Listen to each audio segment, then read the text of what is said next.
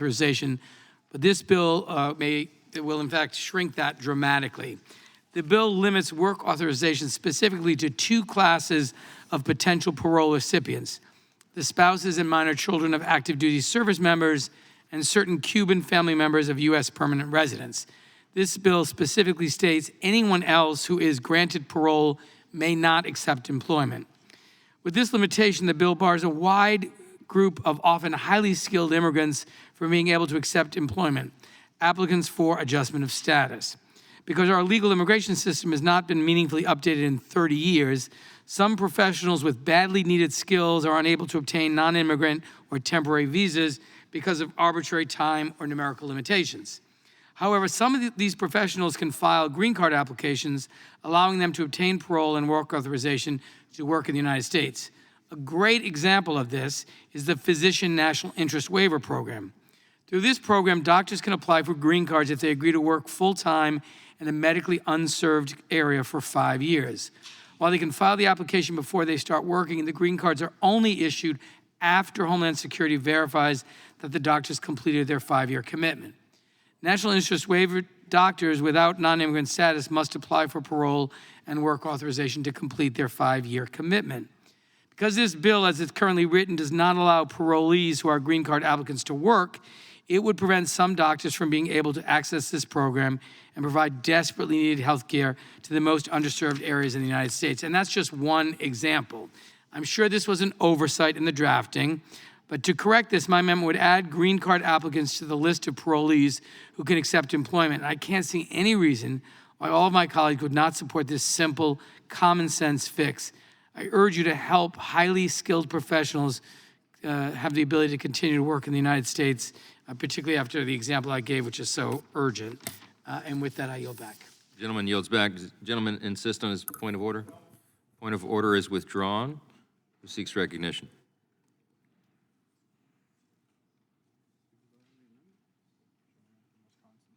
Gentleman from Wisconsin, seek recognition? Yes. Gentleman's recognized.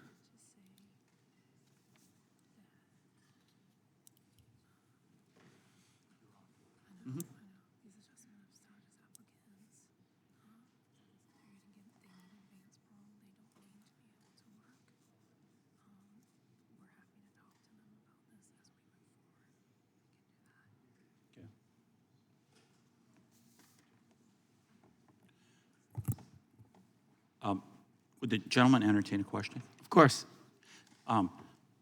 So who are you, could you just restate who you're seeking to help here? Adjustment of status applicants, and the example I use is the Physician National Interest Waiver Program.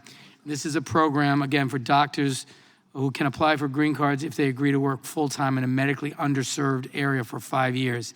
While they can file their application before they start working, the green card is only issued after Homeland Security verifies that the doctors completed their 5-year commitment. That's just one example. But right now, this bill as is written limits or prevents anyone other than certain Cuban family members of U.S. permanent residents and children of active duty service members from accessing work authorizations. And this will allow that for people who are applicants for adjustment of status.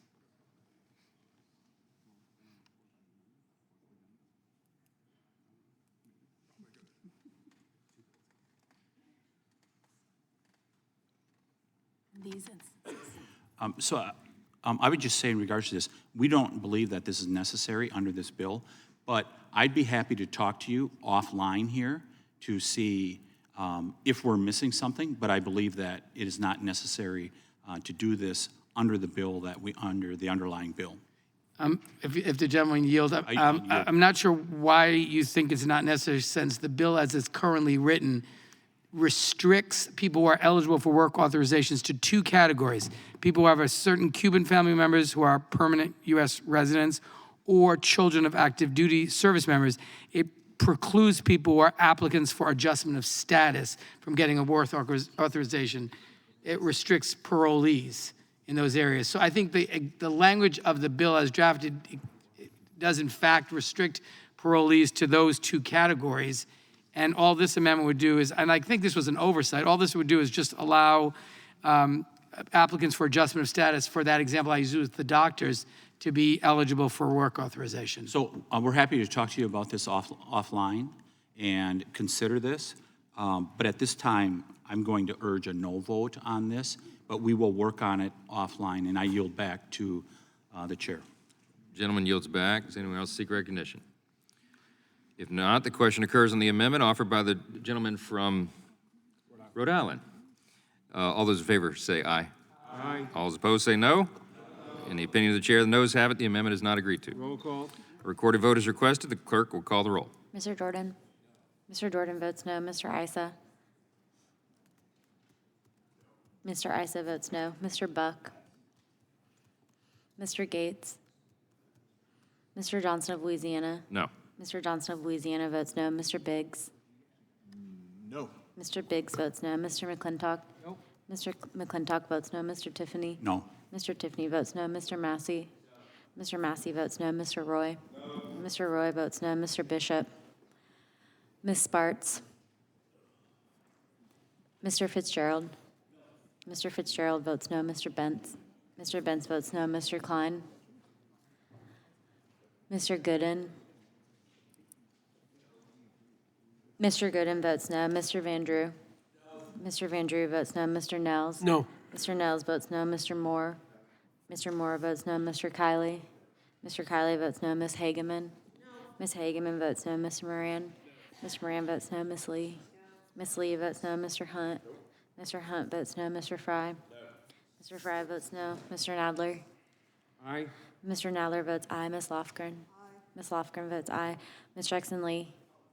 Ms. Jackson Lee votes aye. Mr. Cohen? Mr. Johnson of Georgia? Mr. Johnson of Georgia votes aye. Mr. Schiff? Mr. Cicilline? Mr. Cicilline votes aye. Mr. Swalwell? Mr. Liu? Mr. Liu votes aye. Ms. Jayapal? Ms. Jayapal votes aye. Mr. Correa? Mr. Correa votes aye. Ms. Scanlon? Ms. Scanlon votes aye. Mr. Negus? Mr. Negus votes aye. Ms. McBath? Ms. McBath votes aye. Ms. Dean? Ms. Escobar? Ms. Escobar votes aye. Ms. Ross? Ms. Bush? Mr. Ivy? Aye. Mr. Ivy votes aye. Mr. Schiff? Mr. Schiff, you are not recorded. Mr. Schiff votes aye. Any other members wish to vote? The clerk will report.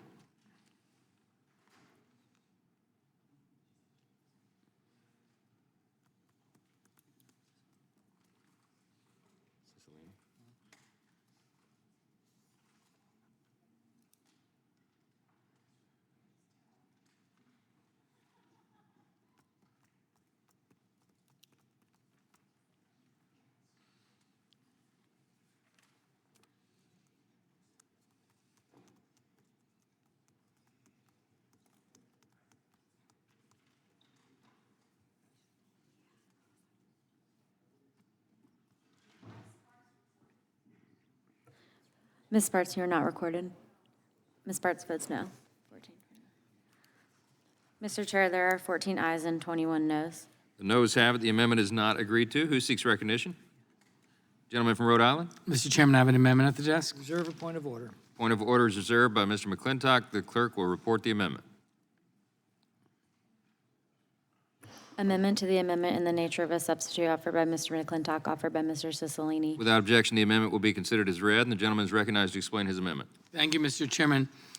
Title I of this bill contains one of the most egregious and serious attacks on our asylum system that Congress has ever seen. And in fact, as I mentioned earlier, the asylum system in the United States was once described as the crown jewel of America's humanitarian efforts around the world by the evangelical community in this country. So this is a deeply respected system of humanitarian work. The provisions in this bill take numerous parts of the Trump administration regulation that is colloquially referred to as the death to asylum regulation. That regulation, you may recall, was struck down in court, but my colleagues on the Republican side have seen fit to resurrect it in the contents of this bill.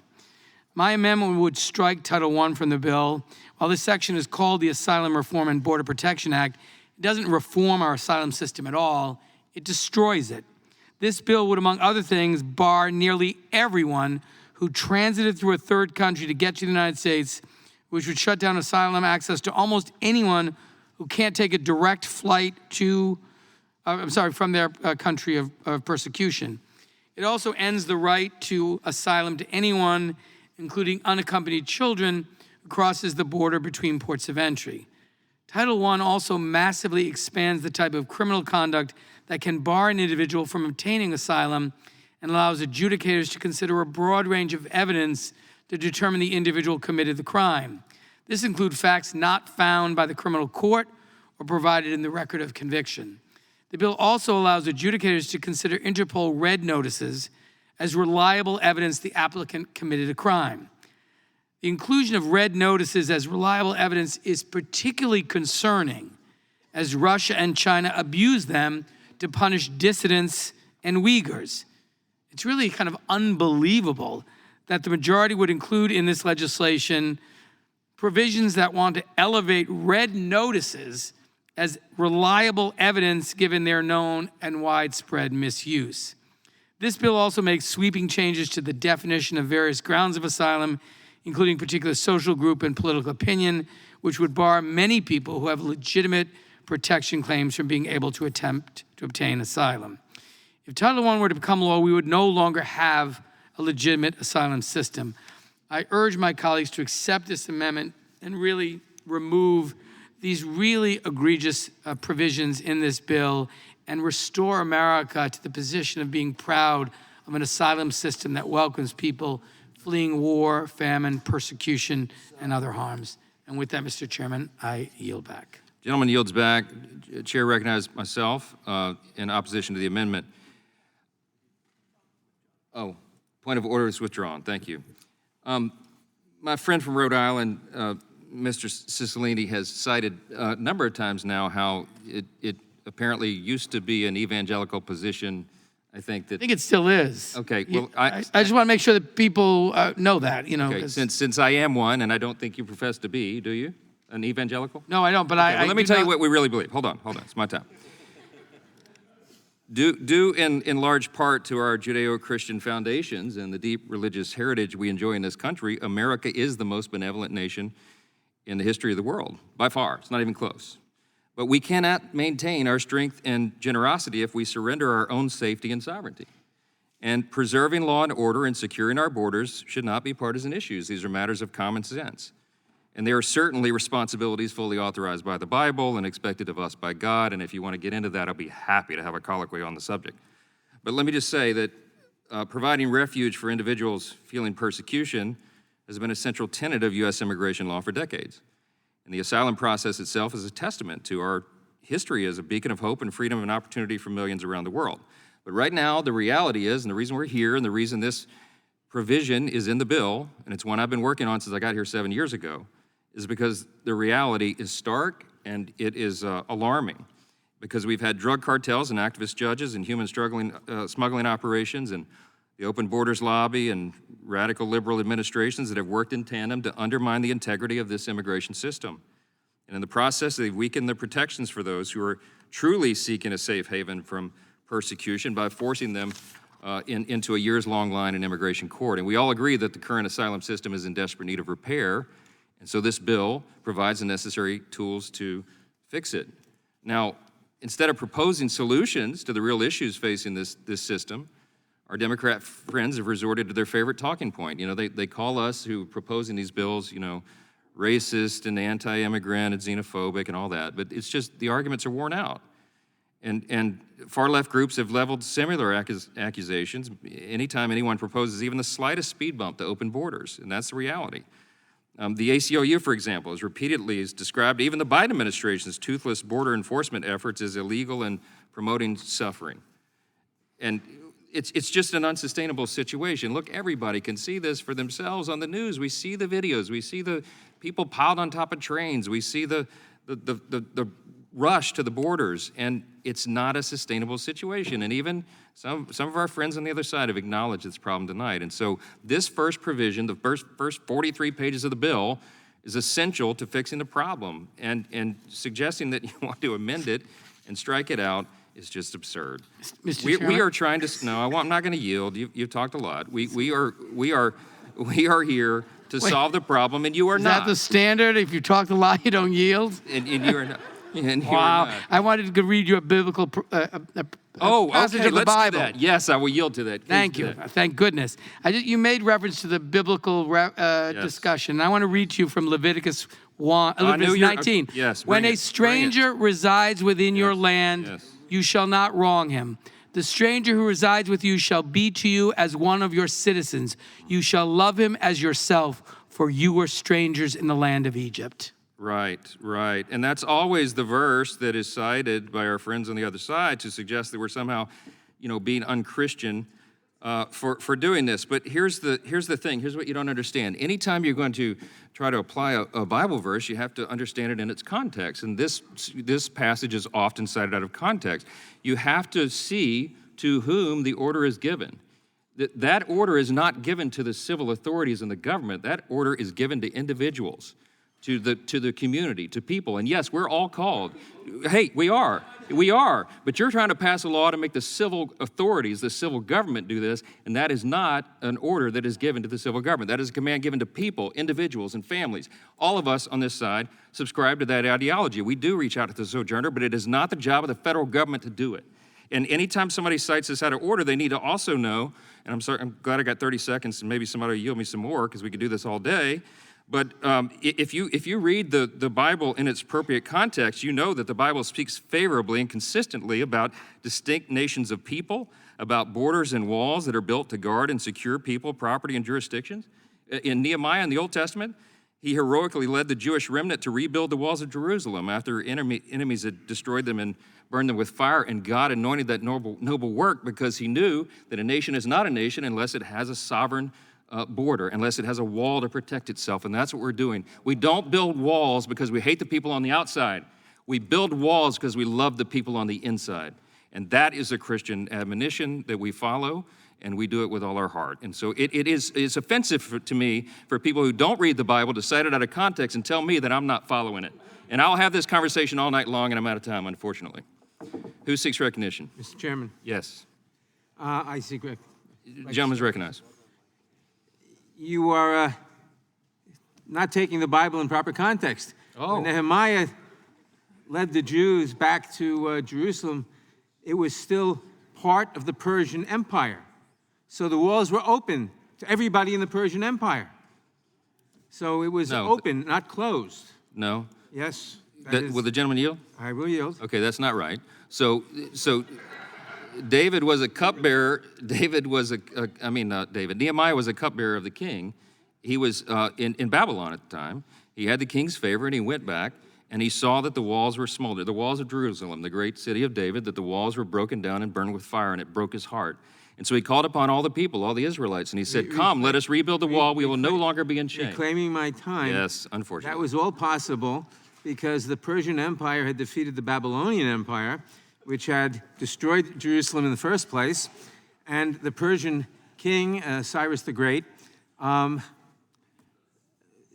Nehemiah to go back and to rebuild the walls of Jerusalem as part of the Persian Empire. Okay. Not as a separate thing, as part of the overall Persian Empire, which included all the people and which is here analogous to the United States. Yes, but I yield back. Will you yield? I got to answer. Would the gentleman yield? Excuse me, I yield to Mrs. Cicilline. Thank you very much. I just, there was reference in my initial remarks about the position of the evangelical community. And while the chairman purported to speak for them, we have received a letter actually from the Evangelical Immigration Table. It's a list of Bethany Christian Services, the Council for Christian Colleges, the National Association of Evangelicals, among others. And in the letter, they express deep concern about the provisions of this bill in particular, and I'd like to read a portion of it. They say, we believe that God has made every human being in his image with inherent dignity. This means that human life is worth protecting regardless of one's nationality, ethnicity, religion, gender, or any other factor. This belief is at the foundation of our asylum laws, which offer protection to those who reach the United States and can demonstrate a credible fear of persecution for reasons outlined in U.S. law. This does not mean that everyone who reaches the U.S. border should be allowed in, but it does mean that we ensure due process for those seeking asylum under the terms of U.S. law. We ask you to oppose any legislation that in any way undermines due process for asylum seekers. So they affirm, again, their longstanding belief of the important values that our asylum system presents, and I concur completely with the brilliant religious analysis by the ranking member, and the presumption that as a Jew I don't read the Bible was deeply offensive. I know you didn't mean it. No, I didn't mean Yeah, that. the Old Testament belongs to us, in case you forgot. Okay. I yield back. Did the gentleman ask unanimous consent to enter something into the record? I don't know. It's granted if you want to. Okay. Hey, Mr. Chairman, Yes. real quick before. I'm sorry. It's still the ranking member's time. Reclaiming my time, I simply want to inform the Reclaiming my time, I simply want to inform the chairman that the proper pronunciation is not Nehemiah, it's Nehemiah in the original Hebrew. I yield back. Duly noted. Gentleman yields back. Who seeks recognition? Mr. Biggs, recognized. Thanks, Mr. Chairman. I'm going to yield to you so you guys can continue this riveting discussion. But I just wanted to point out that the letter that just came into us as part of our records from Bethany Christian Services. Bethany Christian Services derives a significant amount of its revenue from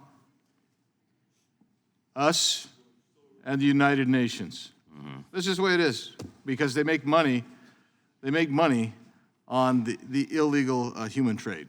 And with that, I'm going to yield to the gentleman who's in chair. I'm grateful for very grateful for the yield. Listen, I don't. It's our Judeo-Christian history, and we call it the Old Testament, but we equally respect the book, and I know you do as well. But I just want to point out, and we don't want to belabor this because we've all been here too long. But there is a deep theological discussion about this. But it is, I think it's unfair, and you don't mean to be unfair, I don't think. But when you guys on this side, when you imply that those of us on this side who are trying to strengthen the border and protect our country are somehow, it's been said several times here today, it's anti-Christian, it's immoral. It's the opposite of that. We love people, and yes, we're all made in God's image. We learned that from the Torah, from the Old Testament, and the New, right? And because we're all made in God's image, every single person has an estimable dignity and value, and your value is not related in any way to the color of the skin or what your skin or what nation you come from or what zip code you live in or how good looking you are. Your value is inherent because it's given to you by your Creator. We all believe that. So in order to protect our sovereignty and to protect our country and maintain our position as the most benevolent nation in the world, we have to have a secure border. You can't have a country if you don't have a border. That's what this is about. We're trying to be good to all people. We do want to be benevolent. We do want to be the refuge for those who are genuinely suffering persecution. But the reality is right now, our system is overrun because it is being abused. It does not work. And that's why it's all clogged up, and that's why we're in good faith trying to fix it. Mr. Roy, I'll yield to you. Wait. I think I still control the time. I'm sorry, Mr. Biggs. Yeah. And I'm going to yield to you in a second. I just want to emphasize that Bethany Christian Services receives $129 million in service revenue from the U.S. government and the UN, and that effectively is. Well, the gentleman yield for just one quick question. It's also signed by the Evangelical Association of America. What about them? And they're a left of center group, and they have their perspective as well. Okay. That Mr. Cicilline, I haven't done the research. Left of center, I haven't done the research on those guys. So Yes. here we go. I have. Mr. Roy. I have. Yes. Well, I thank the gentleman for yielding, and I would only note that our friends in Israel have a fairly well-regarded physical barrier along the West Bank that is quite effective and secures the state of Israel quite well. And in fact, those of us on both sides of the aisle who travel to Israel, who have seen that security fence and physical barrier, know full well how successful it has been in helping to secure Israel. And I would note that Israel has also been a state that has welcomed refugees, like our country does, through legal channels and legal processes, notably recently from Ukraine and finding ways to help folks from Ukraine, notably in my travels there, going to hospitals in the northern part of Israel, hospitals that were helping those from Syria get care, secreting them in and out so that those children would actually get care and not let them know that they got care in Israel because it would have been against the interest of the child. My point being that there are ways to maintain your ability to have a humanitarian state as we do, as Israel does, but also maintain security. And I think that that demonstrates that well. I would yield back to the gentleman from Arizona. Thank you. I'm going to yield now to Mr. Johnson of Louisiana. I would just note that even heaven has walls, as described in the book of Revelation, and a gate at which you must present yourself. I yield back. Mr. Chairman?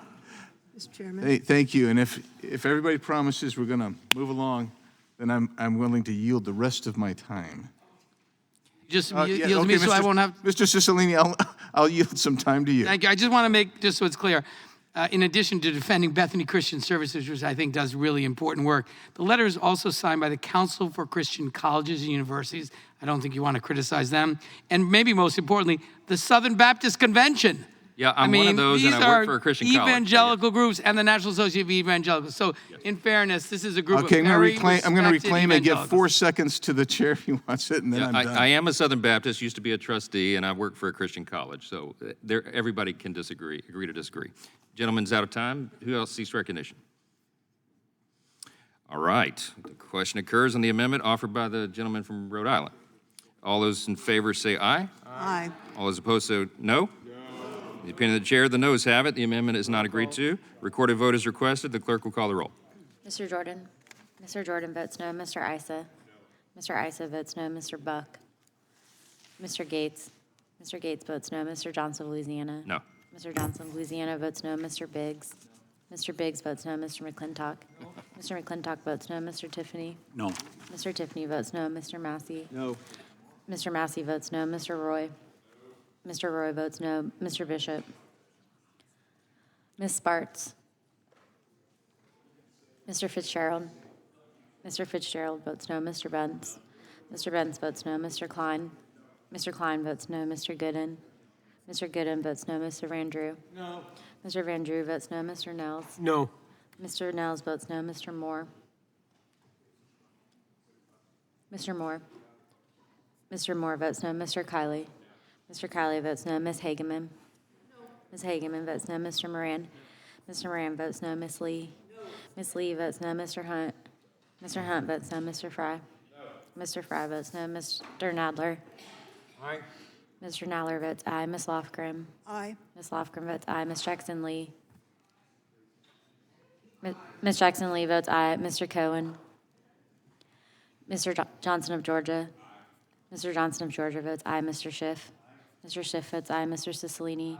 Mr. Cicilline votes aye. Mr. Swalwell? Mr. Liu? Mr. Liu votes aye. Ms. Jayapal? Ms. Jayapal votes aye. Mr. Correa? Mr. Correa votes aye. Ms. Scanlon? Ms. Scanlon votes aye. Mr. Neguse? Mr. Neguse votes aye. Ms. McBath? Ms. McBath votes aye. Ms. Dean? Ms. Escobar? Ms. Escobar votes aye. Ms. Ross? Ms. Bush? Mr. Ivy? Aye. Mr. Ivy votes aye. Any other members wish to vote? The clerk will report. Nope. Ms. Ms. Sparts, Sparks. you're not recorded. Ms. Sparts votes no.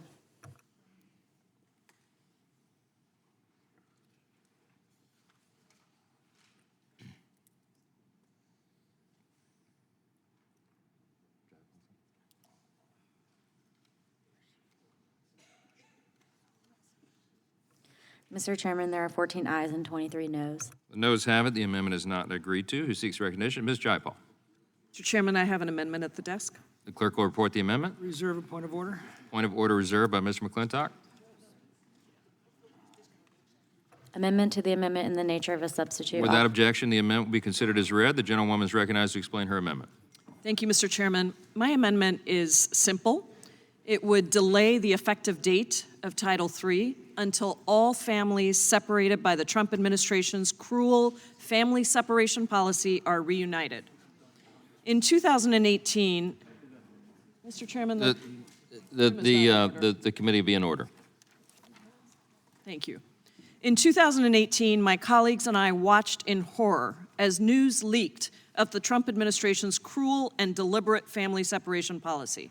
I was the first member of Congress to go into a federal prison and talk to hundreds of parents who had been cruelly separated from their children, some as young as just a few months old.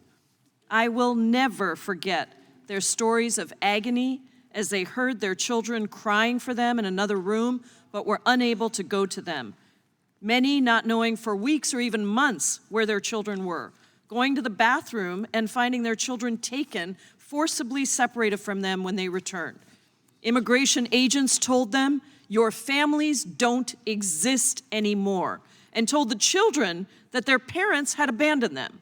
The vast majority had horrific stories of violence and persecution and were seeking asylum, doing what any parent would do to protect their children from violence and even death.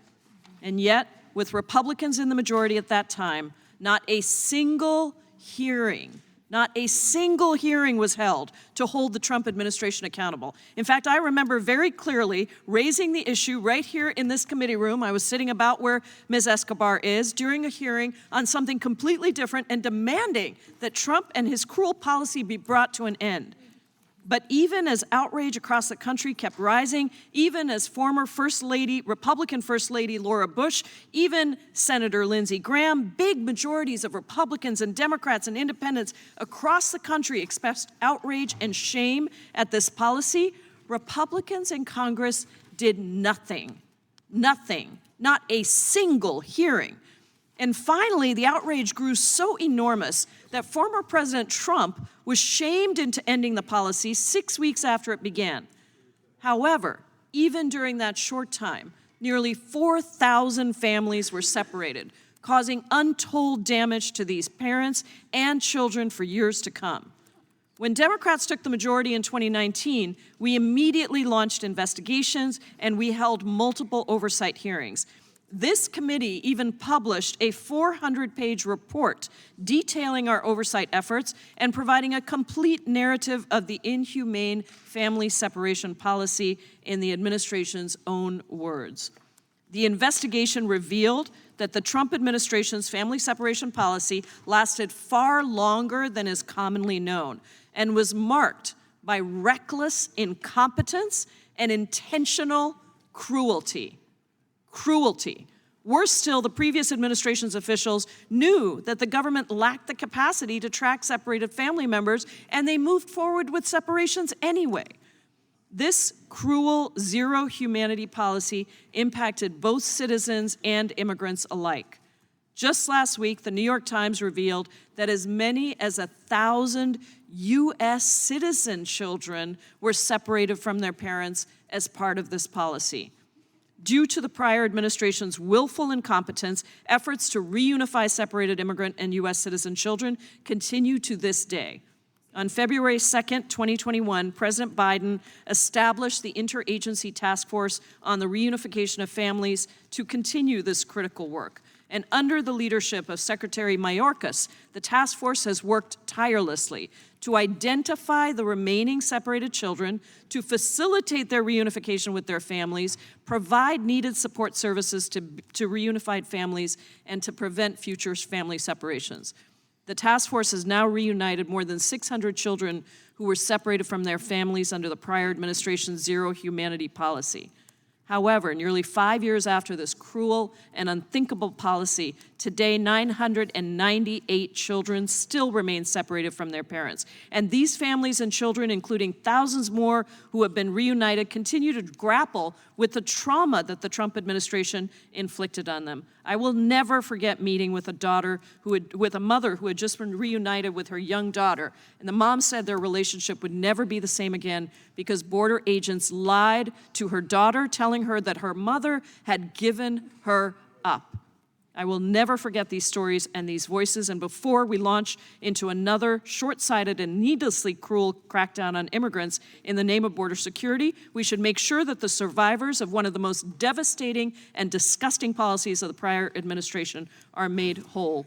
I hope my colleagues will accept this simple and common sense amendment, and I yield back. Gentlelady yields back. Does the gentleman insist upon his point of order? Point of order is withdrawn. Mr. Biggs is recognized. Thank you, Mr. Chairman. Look, we actually did have hearings about the separated children. I remember it because Board Chief Carlos Provost came in, and we talked to her repeatedly. And she told us of their efforts to reunite, and they were making efforts. And I will just tell you, we were talking, and it's not acceptable. We're talking a few thousand children. We're talking last year, CBP encountered 560,000 aliens who claim to be part of a family unit of parents and children. And in just the first 5 months of this year, that number's already 272,000. It's on pace to eclipse last year's number by 100,000. So what happened to the ones that we are talking about that you are so enraged about yet? As we have found them, they were offered $450,000 in settlement, which may or may not be enough in your mind. But when you start talking about reckless incompetence, I start thinking of numbers like 85,000. That's what I think about. 85,000 children that the Biden administration's crackerjack team has lost contact with. Placed with, who knows, 85,000.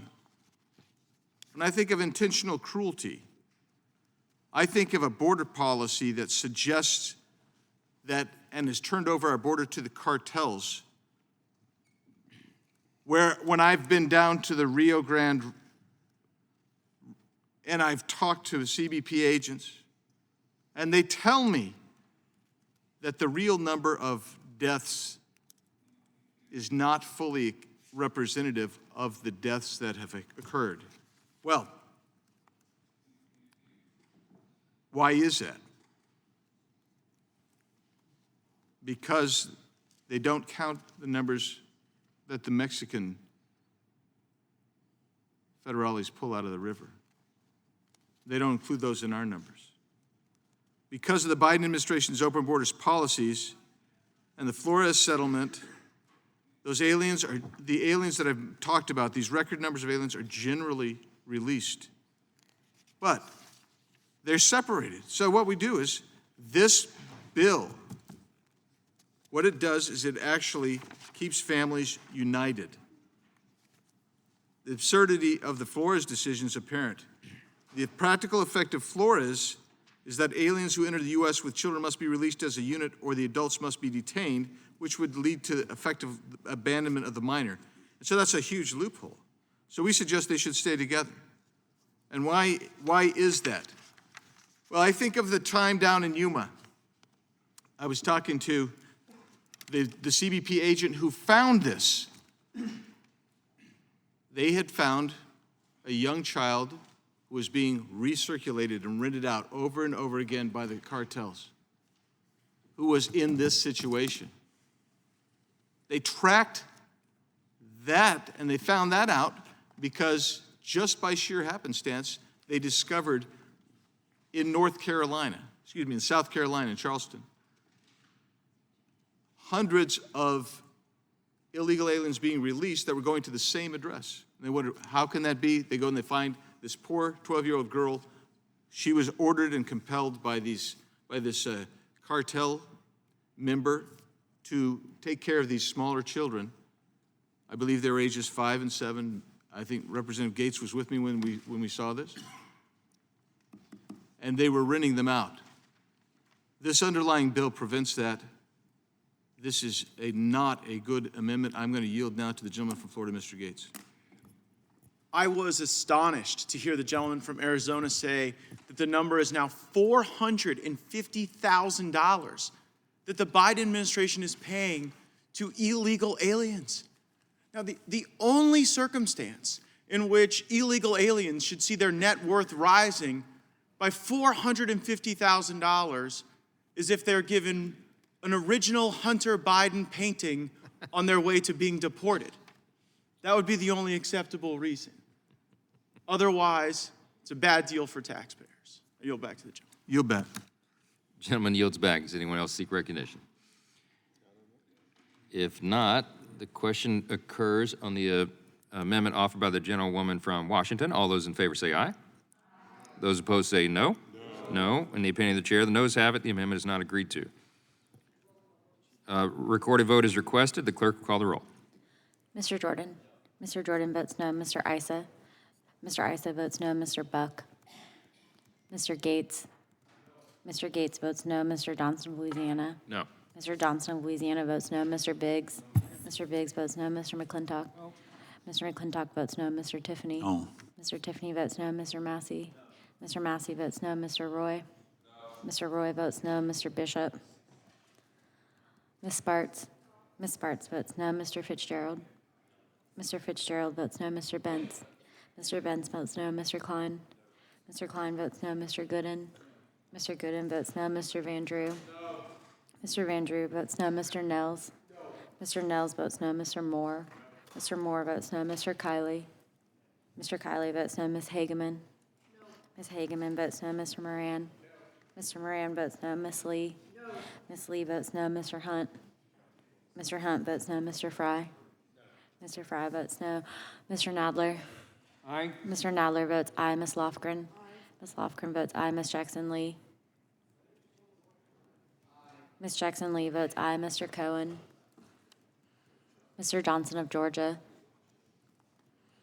Mr. Schiff. Mr. Schiff votes aye. Mr. Cicilline. Mr. Cicilline votes aye. Mr. Swalwell. Mr. Liu.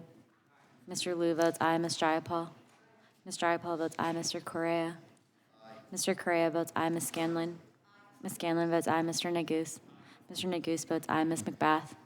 Ms. McBath votes aye. Ms. Dean. Ms. Escobar. Ms. Escobar votes aye. Ms. Ross. Ms. Bush. Mr. Ivy. Mr. Ivy votes aye. Are there any members who wish to vote who have not? The clerk will report.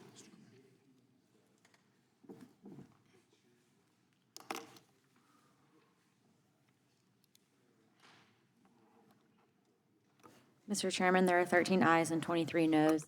The noes have it. The amendment is not agreed to. Does anyone seek recognition? Mr. Correa, seek recognition? Amendment at the desk. The clerk will report the amendment.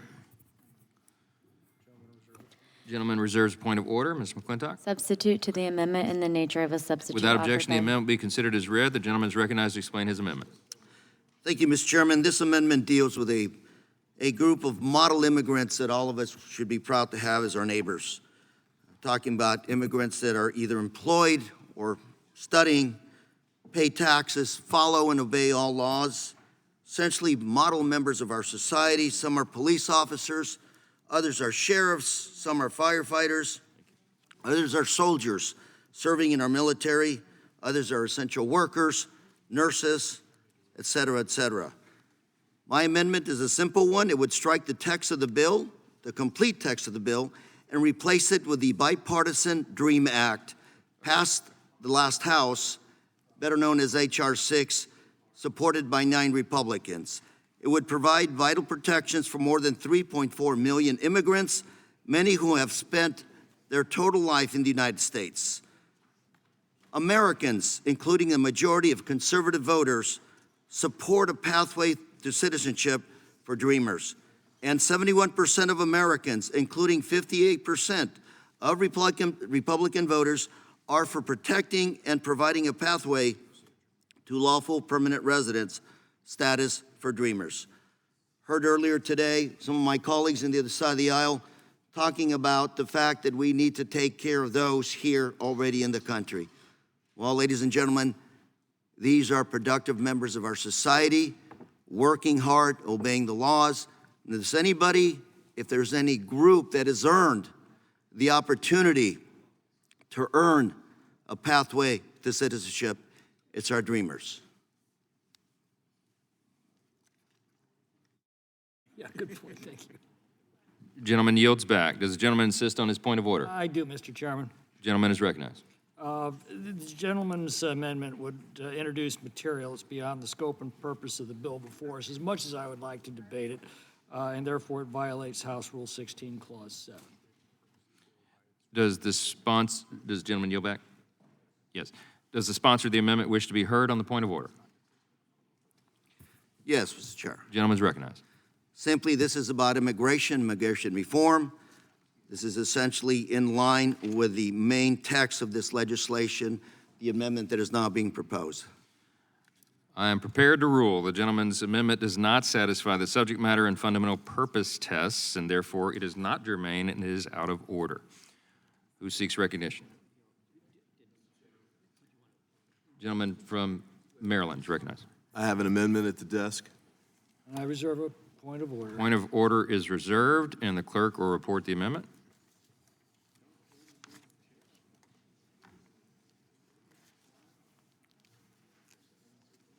Amendment to the amendment in the nature of a substitute. Without objection, the amendment will be considered as read, and the gentleman is recognized to explain his amendment. Thank you, Mr. Chairman. My amendment would amend Title IV to ensure that when children are detained, that they are detained in conditions that are safe and humane. Here are a few of the things that my amendment would do. One, the amendment would ensure that children are transferred to the custody of the Department of Health and Human Services within 72 hours. Second, for those who come into contact with unaccompanied children, the amendment requires training on the best policies, practices, and procedures to care for these children. Three, the amendment provides for the presence of child welfare experts at the border to ensure proper screening and treatment of unaccompanied children. Four, the amendment protects girls by requiring women officers to be continuously present during the transfer and transport of unaccompanied immigrant girls. Five, for children who are detained, the amendment ensures that they are provided with, among other things, daily nutrition, emergency medical care, personal hygiene and sanitary products, a safe and sanitary living environment, pillows, linens, and sufficient blankets. Six, this amendment ensures that allegations of abuse or mistreatment are referred to the appropriate state and federal child protection authorities. And seven, for those children who are detained, the amendment ensures that they are separated from adults who are not immediate family members, excuse me, individuals with criminal convictions, pretrial inmates facing criminal prosecution, and inmates exhibiting violent behavior. In short, the amendment provides just basic protections for the children who are detained and find themselves in this custody scenario. We're asking for treatment for these kids that is, certainly better than the prisoner of war scenario, and just consistent with our basic standards here in the United States in our treatment of children. And with that, I would request the support of my colleagues on this amendment, and I yield back. Gentleman yields back. Does the gentleman insist on his point of order? Point of order is withdrawn. Who seeks recognition? Mr. Biggs, recognized. Thank you, Mr. Chairman. This amendment just tries to, I guess, maintain the status quo. I'm trying to understand it in light of maybe suggesting that the Biden administration is not taking care of children. But if you'd go down and take a look, I mean, I'm thinking of what we just saw in the Tucson sector. They've built a playground. They've got medical professionals there. The fact, I haven't been to a facility along the border in the last year that doesn't have medical personnel there. Yeah. They're contracting with them. They're receiving appropriate care. They're not in jails. They have open access. They can go get out of their areas. In Tucson, in fact, they have their new bedding, all the beds off the floor. It's hard to believe that we're dealing with this, trying to basically go back to a different status quo. And so with that, Mr. Chairman, I just urge everyone to vote no and yield back. Gentleman yields back. Does anyone else seek recognition? If not, the question occurs on the amendment offered by the gentleman from Maryland. All those in favor say aye. Aye. Aye. Those opposed say no. No. In the opinion of the chair, the noes have it. The amendment is not agreed to. Recorded vote is requested. The clerk will call the roll. Mr. Jordan.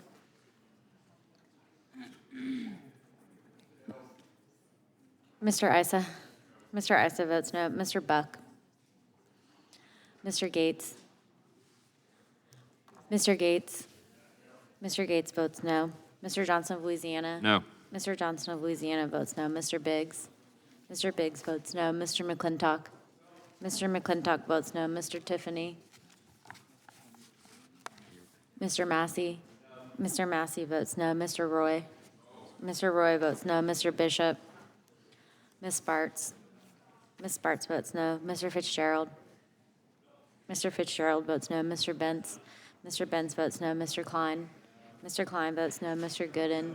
Mr. Gooden votes no. Mr. Van Drew? Mr. Van Drew votes no. Mr. Nels? Mr. Nels votes no. Mr. Moore? Mr. Moore votes no. Mr. Kiley?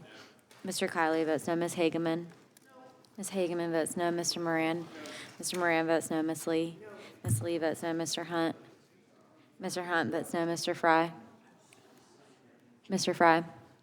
Mr. Fry votes no. Mr. Nadler? Aye. Mr. Nadler votes aye. Ms. Lofgren? Ms. Lofgren votes aye. Ms. Jackson Lee? Ms. Jackson Lee votes aye. Mr. Cohen? Mr. Johnson of Georgia? Mr. Johnson of Georgia votes aye. Mr. Schiff? Mr. Schiff votes aye. Mr. Cicilline? Mr. Cicilline votes aye. Mr. Swalwell? Mr. Liu? Mr. Liu votes aye. Ms. Jayapal? Ms. Jayapal votes aye. Mr. Correa? Mr. Correa votes aye. Ms. Scanlon? Ms. Scanlon votes aye. Mr. Neguse? Mr. Neguse votes aye. Ms. McBath? Ms. McBath votes aye. Ms. Dean? Ms. Escobar? Ms. Escobar votes aye. Ms. Ross? Ms. Bush? Mr. Ivy? Aye. Mr. Ivy votes aye. Mr. Chairman, Mr. Jordan? No. Mr. Jordan votes no. Mr. Chairman, how am I recorded? Mr. Tiffany, you are not recorded. No. Mr. Tiffany votes no.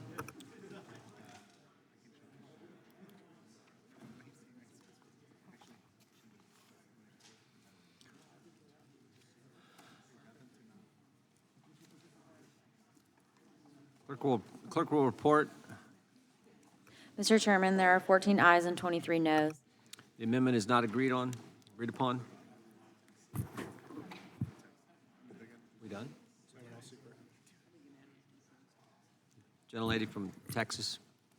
Mr. Chairman, earlier today, I was unavoidably detained in another committee hearing. I'd like to acknowledge for the record that for the Nadler Amendment, I would have voted aye. Loughran Amendment, 02XML, I'm not sure how they're recorded. The Loughran Amendment, I would have voted aye. Loughran Amendment, I would have voted aye. 07XML, and 01XML, I would have voted aye. Roy Amendment, I would have voted no. Committee will be in order. You have the gavel. The Massey Amendment seemed to have voted by voicemail, and the Massey Amendment, I'd like to have those particular notations of how I would have voted for amendments that I was not in the room for because I was unavoidably detained, reflected in the record. Ask unanimous consent. Without objection. I yield back. Question is on the adoption of the amendment in the nature of a substitute as amended. This will be followed immediately by a vote on reporting the bill. All those in favor say aye. Aye. Those opposed, no. No. In the opinion of the chair, the ayes have it, and the amendment in nature of a substitute is adopted. A reporting quorum being present, the question is on favorably reporting the bill as amended. All those in favor say aye. Aye. Those opposed, no. No. The ayes have it, and the bill is ordered to be reported favorably to the House. Members will have 2 days to submit views. Roll call being requested. The clerk will call the roll. Mr. Jordan? Yes. Mr. Jordan votes yes. Mr. Issa? Mr. Issa votes yes. Mr. Buck? Mr. Gates? Mr. Gates votes aye. Mr. Johnson of Louisiana? Mr. Johnson of Louisiana votes aye. Mr. Biggs? Mr. Biggs votes aye. Mr. McClintock? Mr. McClintock votes aye. Mr. Tiffany? Aye. Mr. Tiffany votes aye. Mr. Massey? No. Mr. Massey votes no. Mr. Roy? Mr. Roy votes aye. Mr. Bishop? Mr. Bishop votes aye. Ms. Sparts? Ms. Sparts votes yes. Mr. Fitzgerald? Mr. Fitzgerald votes aye. Mr. Bentz? Mr. Bentz votes aye. Yes. Mr. Klein? Mr. Klein votes aye. Mr. Gooden? Mr. Gooden votes aye. Mr. Van Drew? Yes. Mr. Van Drew votes yes. Mr. Nels? Yes. Mr. Nels votes yes. Mr. Moore? Mr. Moore votes yes. Mr. Kiley? Mr. Kiley votes yes. Ms. Hageman? Ms. Hageman votes yes. Committee Mr. will be in order. Moran? Committee will be in order. Yes. Ms. Lee? Ms. Lee votes yes. Mr. Hunt? Mr. Hunt votes yes. Mr. Fry? Mr. Fry votes aye. Mr. Nadler? No. Mr. Nadler votes no. Ms. Lofgren? Ms. Lofgren votes no. Ms. Jackson Lee? Ms. Jackson Lee votes no. Mr. Cohen? Mr. Johnson of Georgia? Mr. Johnson of Georgia votes no. Mr. Schiff? Mr. Schiff votes no. Mr. Cicilline? No. Mr. Cicilline votes no. Mr. Swalwell? Mr. Liu? Mr. Liu votes no. Ms. Jayapal? Ms. Jayapal votes no. Mr. Correa? Mr. Correa votes no. Ms. Scanlon? Ms. Scanlon votes no. Mr. Neguse? Proud to join my friend Tom Massey in voting no. Mr. Neguse votes no. Ms. McBath? Ms. McBath votes no. Ms. Dean? Ms. Escobar? Ms. Escobar votes no. Ms. Ross? Ms. Bush? Mr. Ivy? No. Mr. Ivy votes no. Any members who haven't voted or wish to vote? Clerk will report.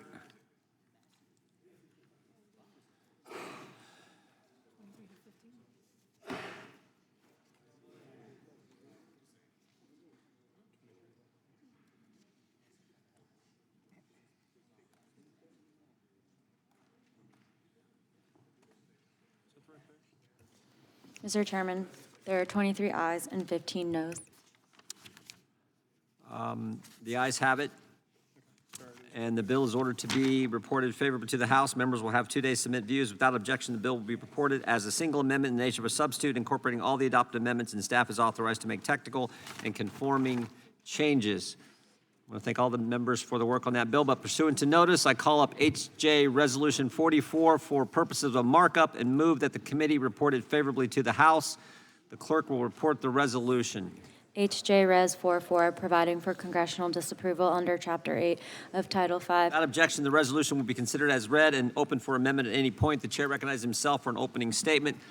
The Congressional Review Act requires agencies to submit a rule to Congress before the rule can take effect. After submission of a rule by the agency, Congress has 60 days to introduce and pass a resolution of disapproval under expedited procedures. Today we are considering HJ Res 44, which provides for congressional disapproval of the rule submitted by the Bureau of Alcohol, Tobacco, and Firearms and Explosives relating to factoring criteria for firearms with attached stabilizing braces. On January 31st, 2023, the ATF issued a final rule titled Factoring Criteria for Firearms with Attached Stabilized Braces that effectively bans pistol stabilizing braces nationwide.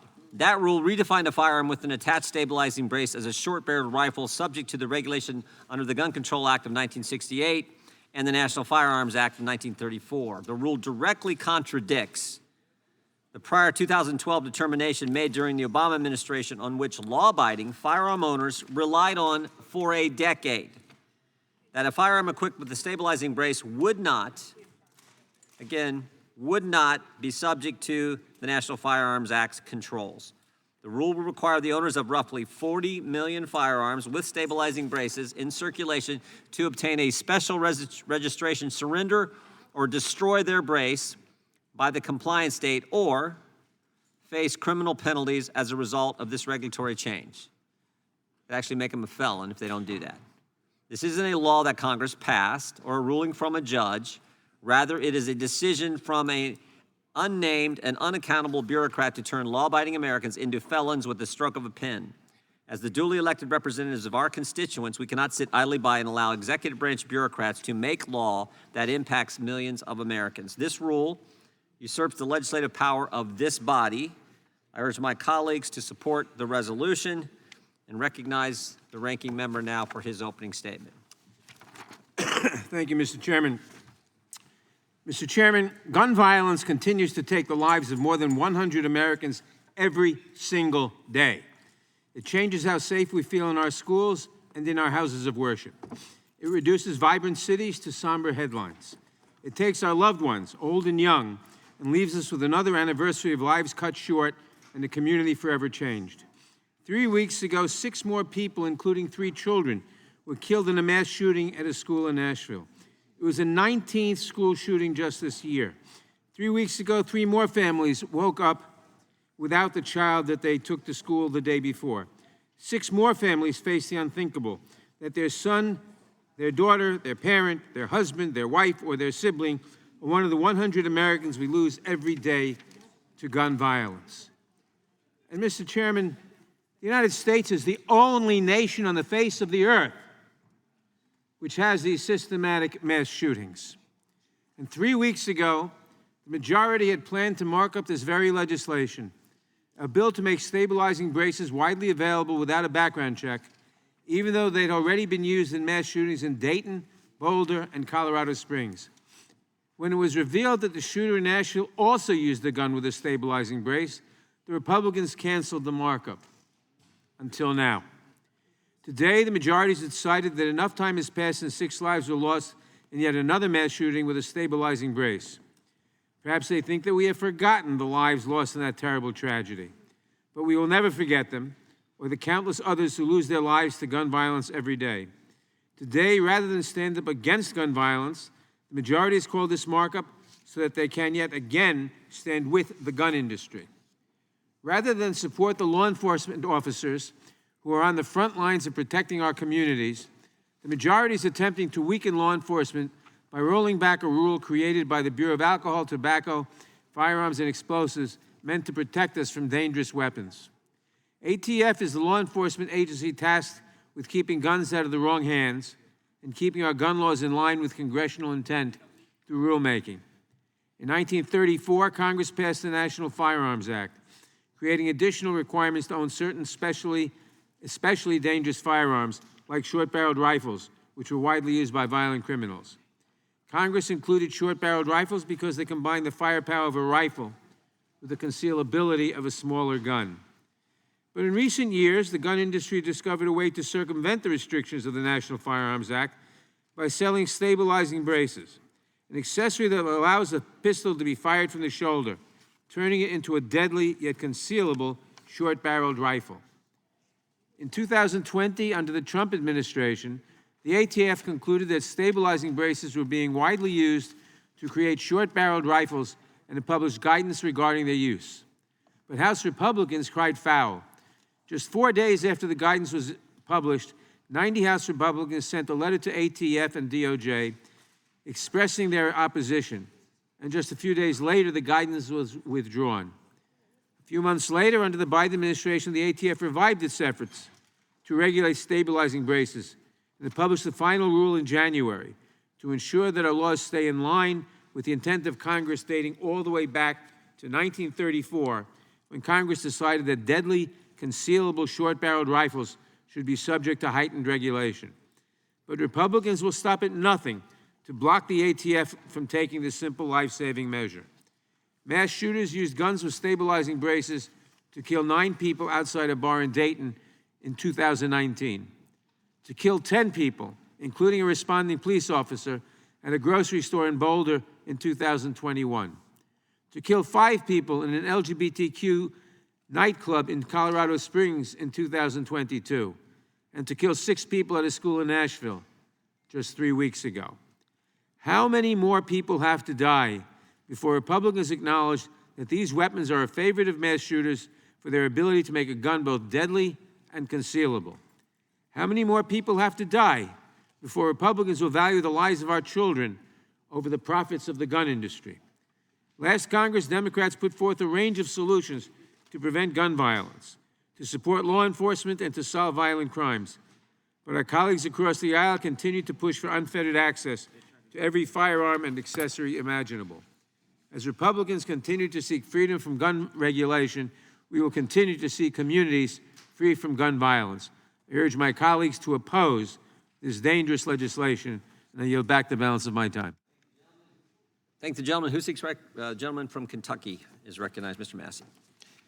The most disingenuous or uninformed thing that will be said tonight about this issue is that banning a 4-ounce piece of plastic is going to save lives.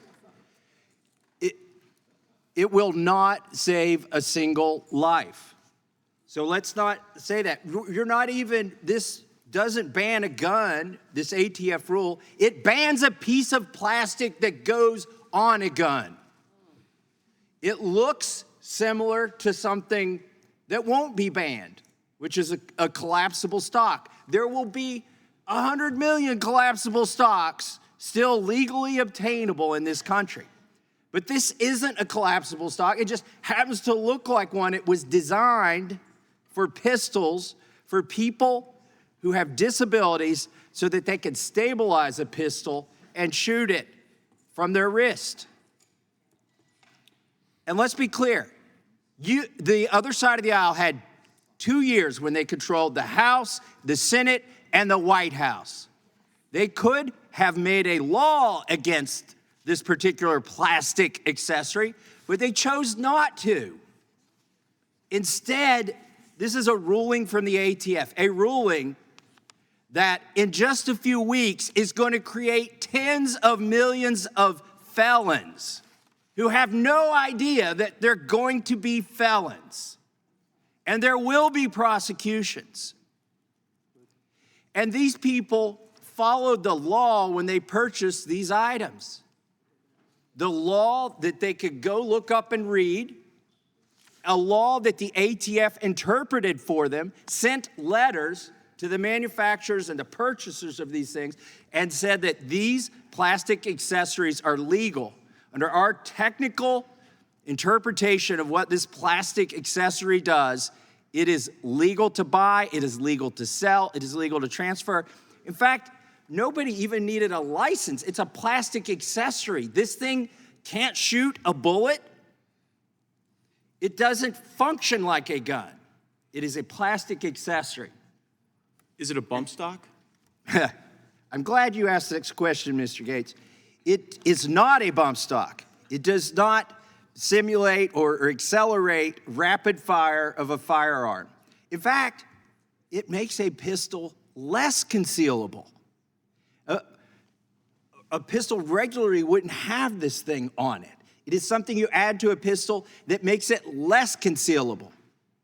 And under the law, it is legal because it was designed not with the intent to allow a pistol to be fired from the shoulder, but with the intent to allow somebody who's weak and can't fire a pistol from the wrist to be able to more accurately fire a pistol from the wrist. So it doesn't even meet the definition, the legal definition of what would be a stock added to a pistol. It is a pistol brace for the wrist. And let's be clear, people had 120 days to comply with this. This isn't even in the news. A lot of people bought these. They're in their safes. They're in their houses. They have no idea that on May 1st, if we don't do something, on May 1st, there will be tens of millions of felons who have no idea that they've just become felons.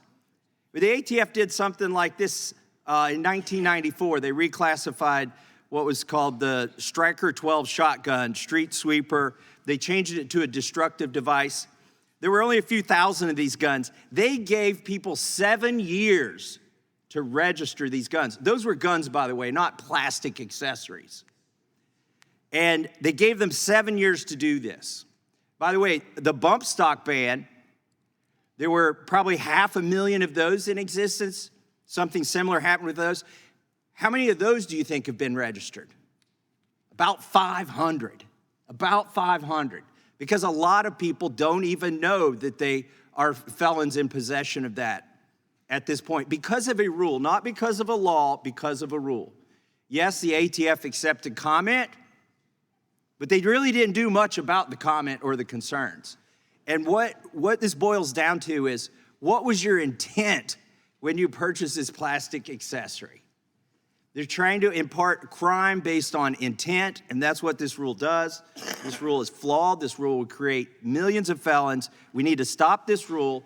Mr. Clyde's Congressional Review Act needs to be implemented quickly to prevent creating tens of millions of felons on June 1st. And I yield back. Gentleman yields back. Seeks recognition. Go to the gentlelady from Texas, Ms. Jackson Lee. Certainly, the first thing I'd like to say is Mr. Clyde's legislation never needs to be enacted. Never. and I rise to strike the last word. Nashville, Louisville, Alabama. That is the story of which we tell today. That is the backdrop in which we try to plead for common sense. It is the backdrop of the people who still mourn in Texas for the children in Uvalde. Their pictures are behind me. It is the pictures of those mass shootings involving stabilizing braces. It doesn't kill, it doesn't harm. They were killed, including those in Nashville. Last month, less than a month after the tragedy of the shooting at the Covenant School in Nashville, Republicans convened their markup to oppose regulation of stabilizing braces. One of the modifications the shooter used to blast their way into the school and murder 3 9-year-olds and 3 staff members. After this shooting occurred, the committee postponed the markup out of embarrassment. That's all that happens, embarrassment, not any action. For some reason, which I do not claim to know, Republicans didn't want to talk about stabilizing braces, but today they're ready to do so. And yet these people are dead by stabilizing braces. Apparently 22 days have cooled it down and they think people have forgotten. 2 representatives were expelled from a ridiculous state legislature in Tennessee. Gladly they were returned because they stood up against the devastation of gun violence. On Monday, during the sham of the hearing in Manhattan, when we tried to vote or to discuss both victims of crime, which I strongly believe we should be standing with, but we should work hard to decrease the number of victims of crimes, we couldn't get anyone to talk about it then. Gun violence is now the leading cause of death among children, while an average of 70 women are shot and killed by an intimate partner. The most dangerous call for police is a domestic violence call. I know it. In our work in the Violence Against Women Act, over and over again, the numbers came up on domestic violence calls. I lost a dear friend, a police officer, a neighbor, to a domestic violence call where he saved the mother and son, but he was shot dead along with his partner who was wounded. And every day of the more than 300 people who are shot, more than 100 of them will die. In the average year, guns account for roughly 2/3 of homicides. However, in 2020, 77% of murders involve firearms. Despite these appalling numbers, statistics, state and congressional Republicans, aided and abetted by extreme rulings of the federal judiciary and Roberts Court in favor of possessing and carrying firearms, along with states like Texas that have the Bless You Criminals Day, happy birthday to criminals, make sure you get an open carry, non-permitted guns. Have a celebration. But the families of these people are suffering. And this stabilizing rule does nothing to create millions of, if you will, felons. This rule only affects stabilizing braces that are designed to make and intended to be fired from the shoulder when they are attached to a firearm with a barrel less than 6 inches, because this creates a short barreled rifle. The rule will not instantly create thousands and millions of felons. The ATF has provided several options for owners of stabilizing braces attached to firearms with a barrel under 16 inches to comply with the rule. And 120 days, these people wish they had 120 days. These parents wish they had their children for another 120 days. How long do we have to come into this room? We got a little tired. We've been going all day. I'm no ways tired because it is absolutely insane.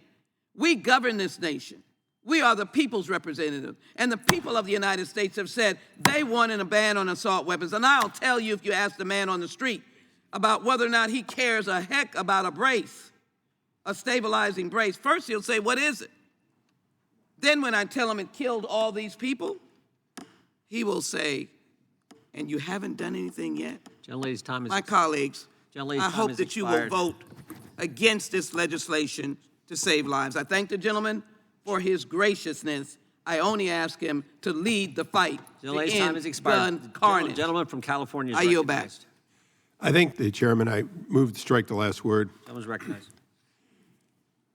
You know, I know that we've been here a long time, but this is an important issue, and any time that long-standing decisions are reversed for political purposes, we do have a reason to act, and that's why we're acting.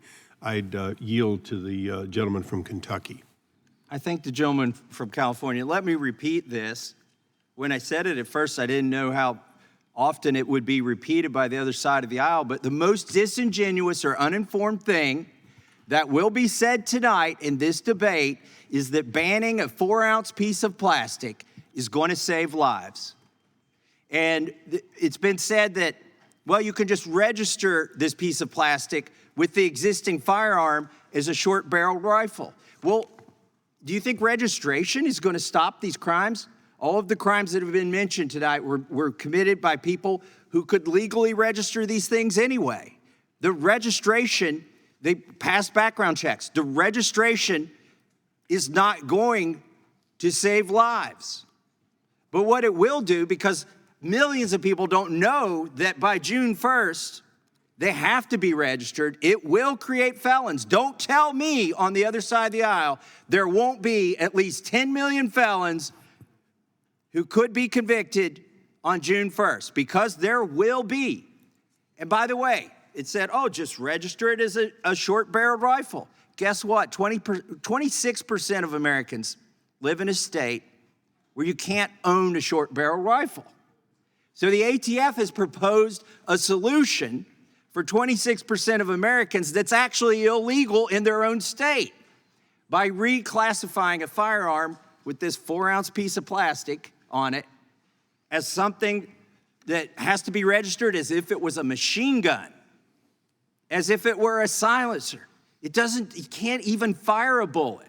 You're not going to, the ATF rule will not save a single life. And let me talk about something else. Regulatory agencies, I know the Supreme Court has given a lot of deference to regulatory agencies to implement regulations, to interpret laws. We are not talking about regulations that will impose civil penalties on corporations for exceeding parts per million sulfur dioxide in their emissions. Okay, these are not civil infractions that they have created. These are felons that have been created through regulation, by an agency who for years, a decade, has said this is legal. So they've flip-flopped on this. This is actually the second time they've flip-flopped on it. But they're flip-flopping on it now, and they are in the process with this rulemaking authority that they claim to have, going to create millions of felons. And I know my colleague, Mr. Ivey, earlier in our debate was concerned in the context of immigration that people could become criminals, but they wouldn't have the intent or the knowledge. That's what's going to happen in this situation, is people are going to become criminals on June 1st, because May 31st is the deadline, without the intent or the knowledge that they are committing a felony that the ATF created by interpreting a rule. And this isn't some small felony. It's like 10 or 20 years and over $100,000 fine for not registering this piece of plastic on a firearm as a National Firearms Act weapon. People do not have any idea. Millions of people have no idea this is going to happen.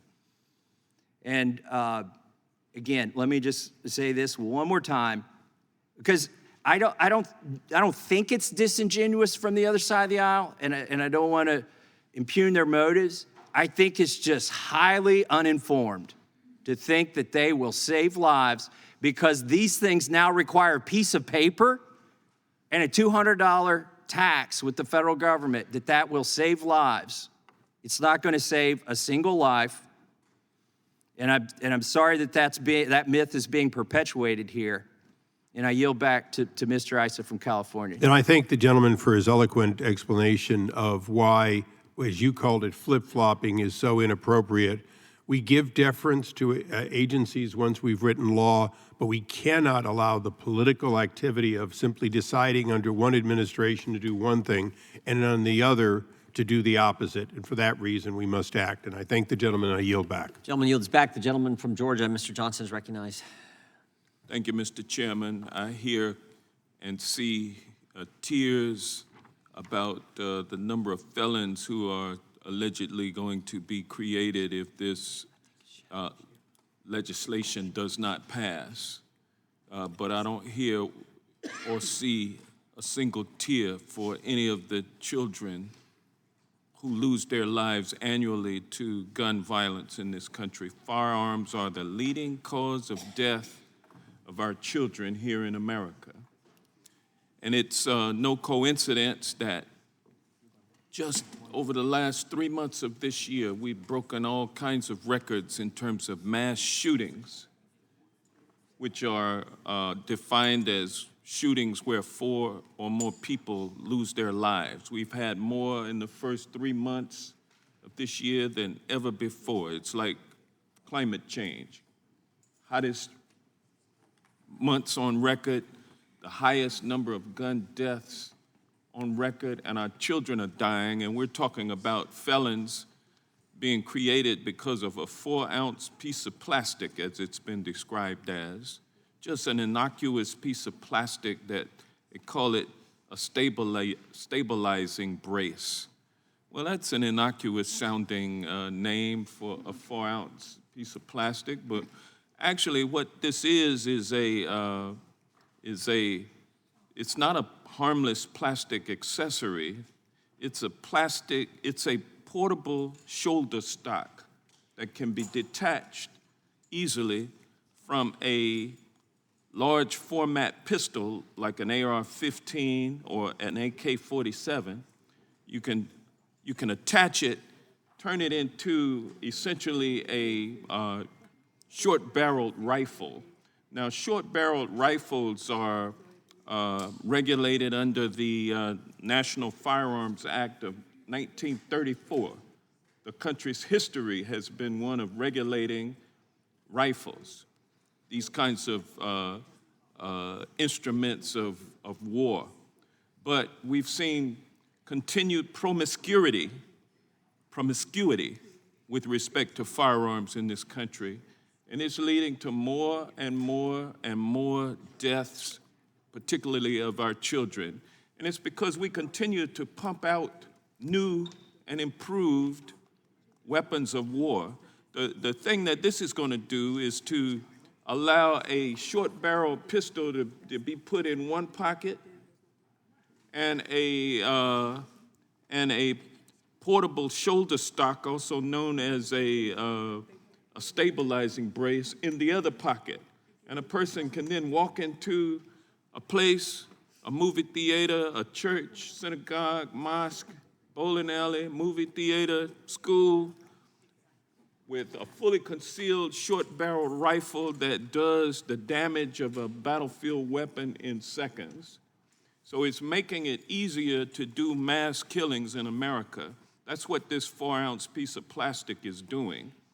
And until we start closing the door on making firearms more deadly, we're going to continue to see new and improved versions of killing machines.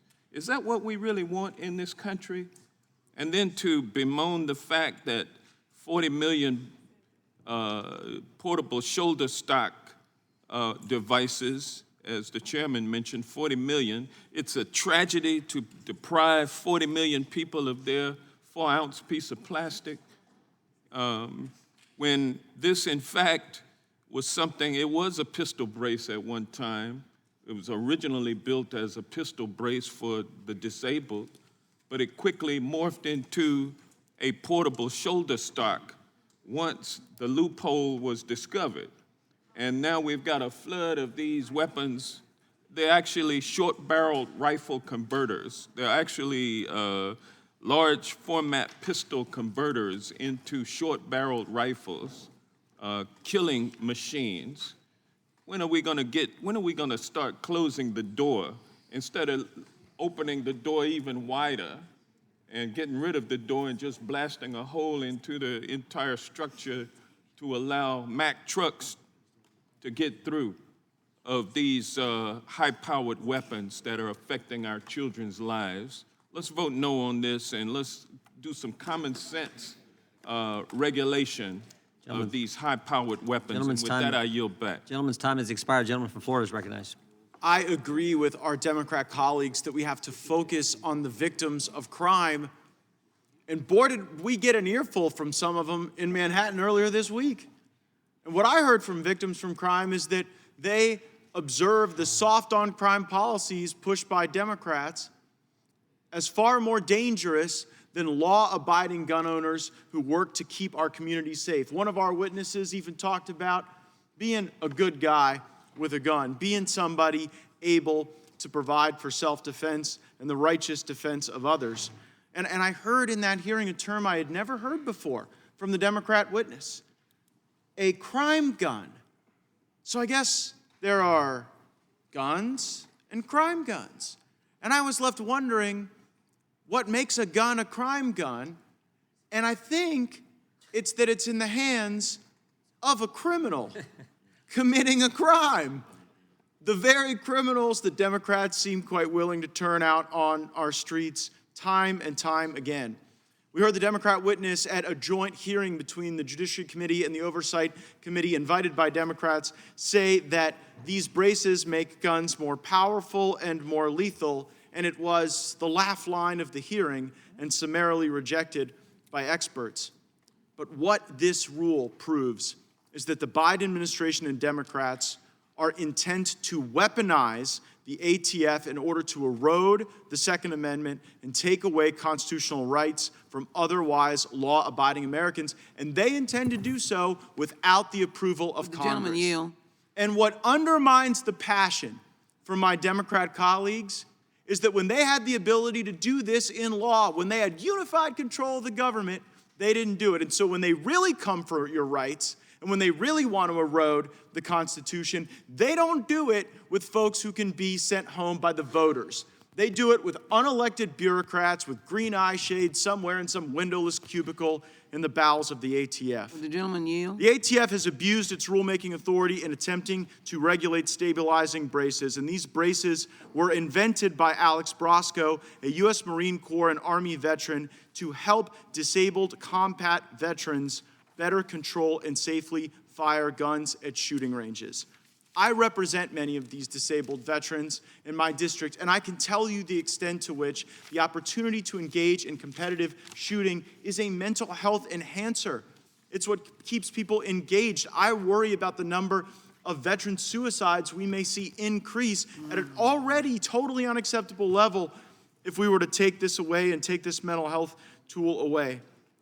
The ATF's decision also contradicted its own prior 2012 determination made during the Obama administration, not known as particularly kind to gun owners. And that was a decision that was relied upon by gun owners for a decade, that they would not be subject to the National Firearms Control Act with the purchase of this stabilizing brace. Now the ATF's rule will require the owners of roughly 40 million stabilizing braces in circulation to obtain some special registration, surrender or destroy their brace by the compliant state, or face severe criminal penalties. And what I can tell you is these will be enforced.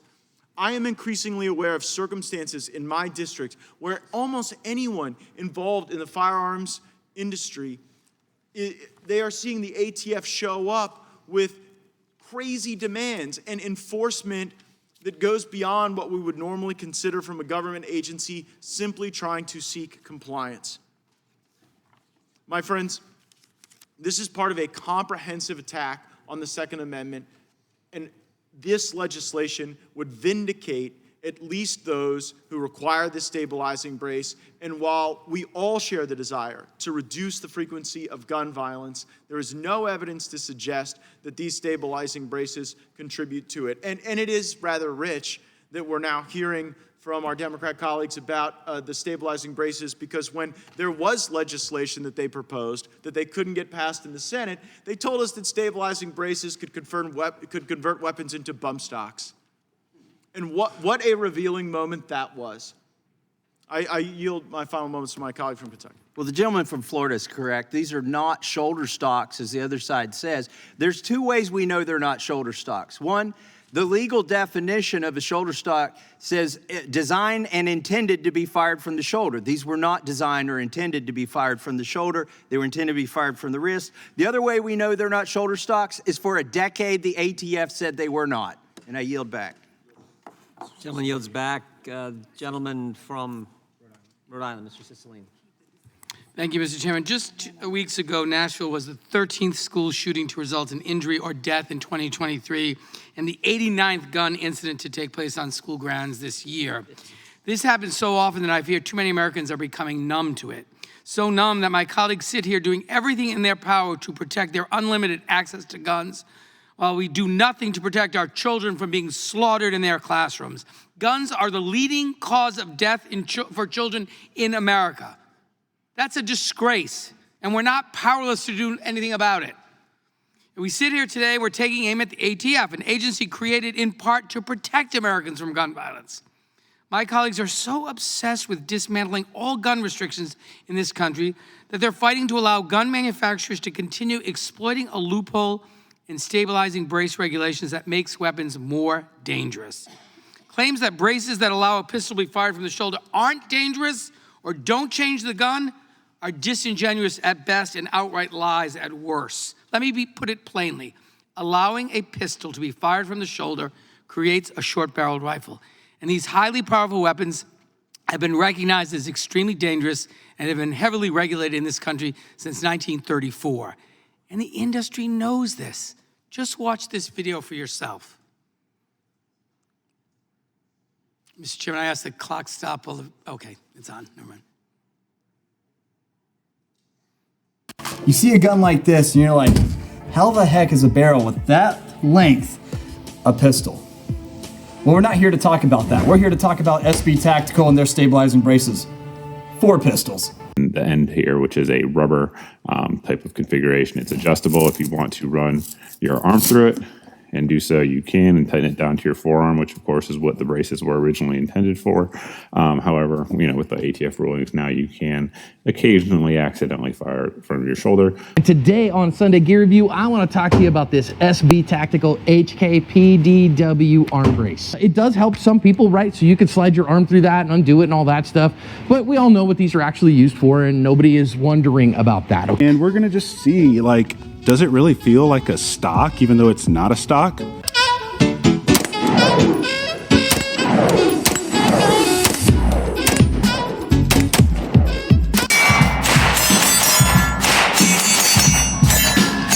Back to this brace, it changes the game. Like I said, it gives you 4 points of contact with the occasional shouldering.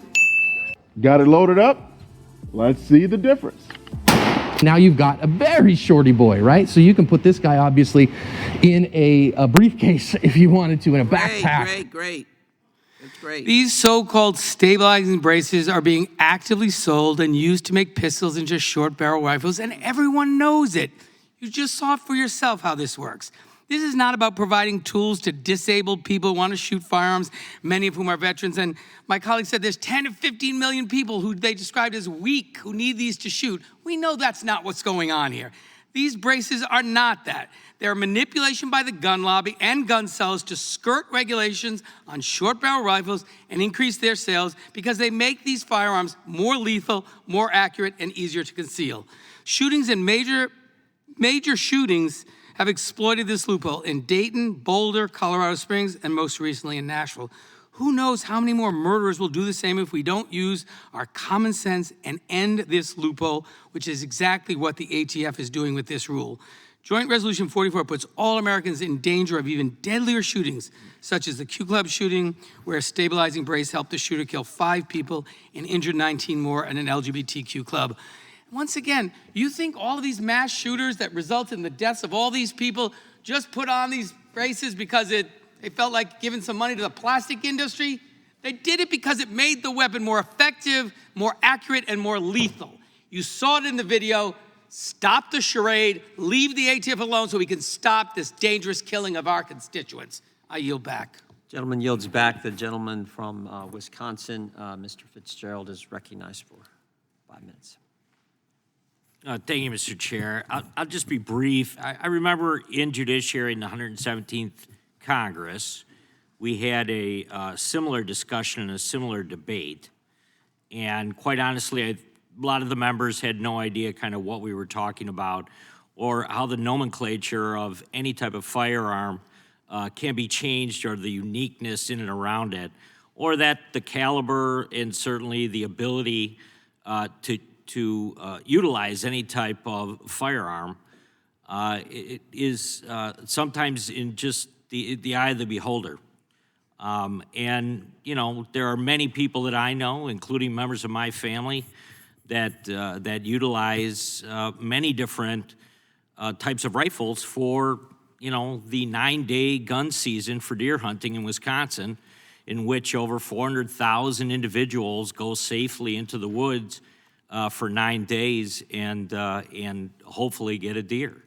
So it's once again, I just wanted to remind the committee that you can focus on the tragedies that have happened across this nation, but also you have to remember those that continually, on a regular basis, are gun owners and should be protected by the Second Amendment. The focus of this discussion that we have continued to have, Congress after Congress, is misplaced. And I think that just had to be brought forth again this evening. Well, gentleman, and I would yield back. Gentleman, yield. Yielded. I think the gentleman for yield. I think we're making it too complicated. This is, as Mr. Massey said, a 4-ounce plastic accessory created for disabled veterans by a veteran, now used by approximately 40 million Americans. And 10 years ago and 5 months, November 26, 2012, the ATF said, just fine, no problem. Now here they are 10 years later, changing their mind, and they just did it. We didn't do it, as Mr. Massey pointed out. Democrats had the Congress last 2 years. They passed a bunch of gun legislation through this committee. They could have done this. They didn't do it. The ATF did it. No bill that came to committee, no bill that went to the House floor, no bill that went to the Senate, no bill signed by the president. They just did it. And now 40 million Americans, if you don't destroy the brace, destroy the gun, get a longer barrel, or register your firearm, you're a felon. And as Mr. Massey pointed out, a bunch of Americans don't even know it. They don't even know. They're in some states where they can't. That's the problem. So you guys introduce the legislation if you want, but we should get rid of this rule that is going to cause so much harm to so many Americans, many of them, the type of Americans that Mr. Fitzgerald just described, who like to hunt, particularly deer hunt in Wisconsin. That's how simple this is. Do it the right way. Pass it through Congress if you want to do it. Don't chip away at the Second Amendment by having bureaucrats do it. The ATF do it when 10 years ago in 5 months they said it was just fine. Yield back to the gentleman from Wisconsin. Yield back, Chairman. Gentleman yields back. The chair now recognizes the gentleman from California, Mr. Schiff. I thank the chairman and move to strike the last word. Gentleman is recognized. 23 days. That is apparently how long it takes for my Republican colleagues to move on from the tragedy of the shooting in Nashville, during which 3 9-year-old children and 3 adults were slaughtered in their school. We were supposed to hold this markup the very next day, but Republicans pulled it down at the last moment, likely knowing how callous it would seem if they decided to proceed with the markup as planned, or maybe thinking that we would forget what took place in Nashville, the country would forget, but we haven't forgotten. The parents and loved ones of those victims haven't forgotten. Evelyn Deke House, and William Kinney and Haley Scruggs were children. We haven't forgotten them. Now, I've heard several arguments by my colleagues about essentially why we should make it easier to kill children, why we should refuse to take any step to make it more difficult to kill children in a mass shooting like we've seen time after time after time. And let me just see if I can articulate some of those arguments. One is, you don't understand guns. You don't understand guns. Well, I'll tell you this, we understand biology. We understand what a high-capacity round does to a child's body.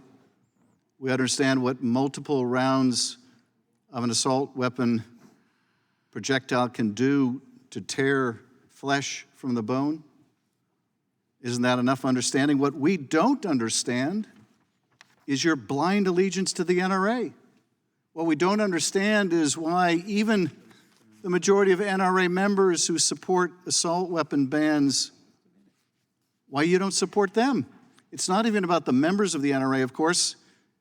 It's, I guess, about their organizational support or who knows what. We don't understand that blind allegiance to the NRA. Another argument we hear from our colleagues on the other side of the aisle is because the law won't stop all gun violence, it's just not worth doing. If we can't save all lives, it's not worth saving a single life. Well, I suppose that logic works until that single life is your own, or maybe it's your child.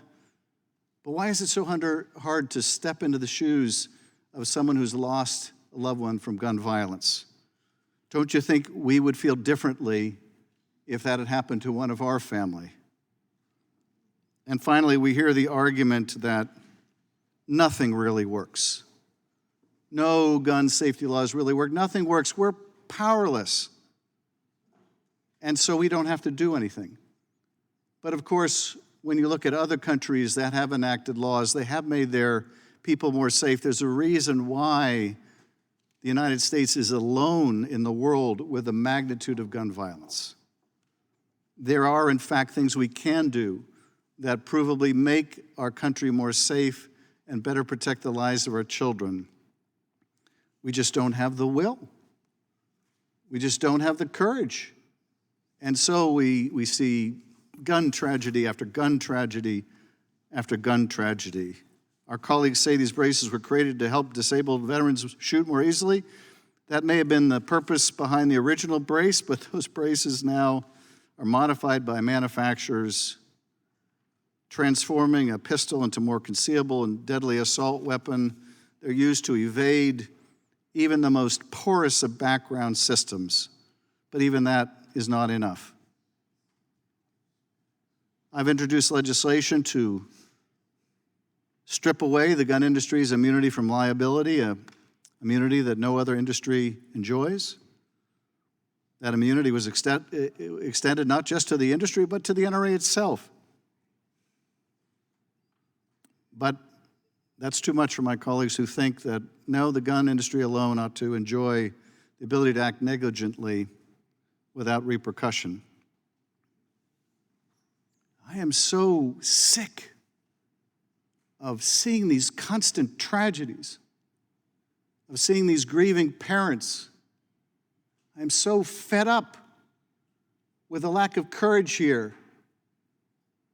When one of you accepts the necessity of a ban on assault weapons immediately within days, as our former colleague from near Buffalo was forced to resign or forced to say he wouldn't run for re-election because that was the end of his chances. We could do better this. We have to do better this. I'm sick of doing nothing. I'm sick of thoughts and prayers, and the slaughter continues. We are not powerless to do something here. If we had a little courage, we could save lives. I yield back. Gentleman yields back. The gentleman from Texas, Mr. Hunt, is recognized. Who's right, the last word? Gentleman's recognized. As a father of 3 young children, I'm deeply wounded by the horrific tragedy that we saw in Nashville. We saw the lives of 6 people taken, 3 young children. The shooting was reported to police at 10:13 a.m., and the suspect was shot by 2 Nashville police officers at 10:27 a.m. This quick response time saved countless lives is a testament to law enforcement, and we thank them every single day.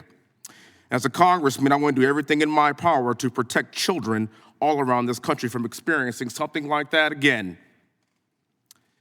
Unlike my colleagues on the left, I'm different, and I think an actual solution to protect our children is not what's being proposed by the left, nor is it political.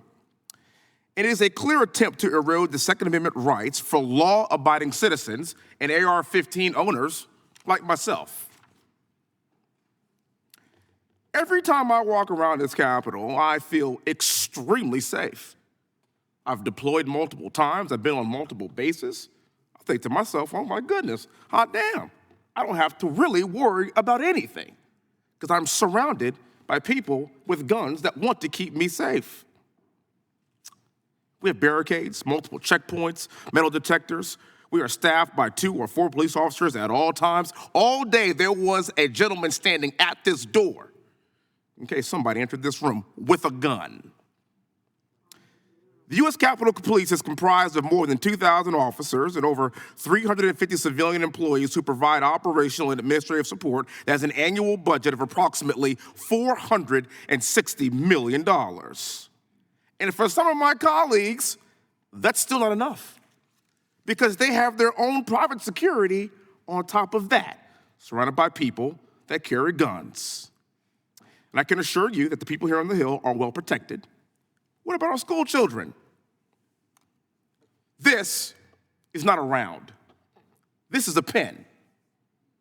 Now, one of my staffers tried to bring this pen to my office, and he was stopped by a metal detector, and it went through the x-ray machine, and he was almost tackled by our police services right here at the Capitol, doing their jobs, of course. And we proved that, of course, it was a pen.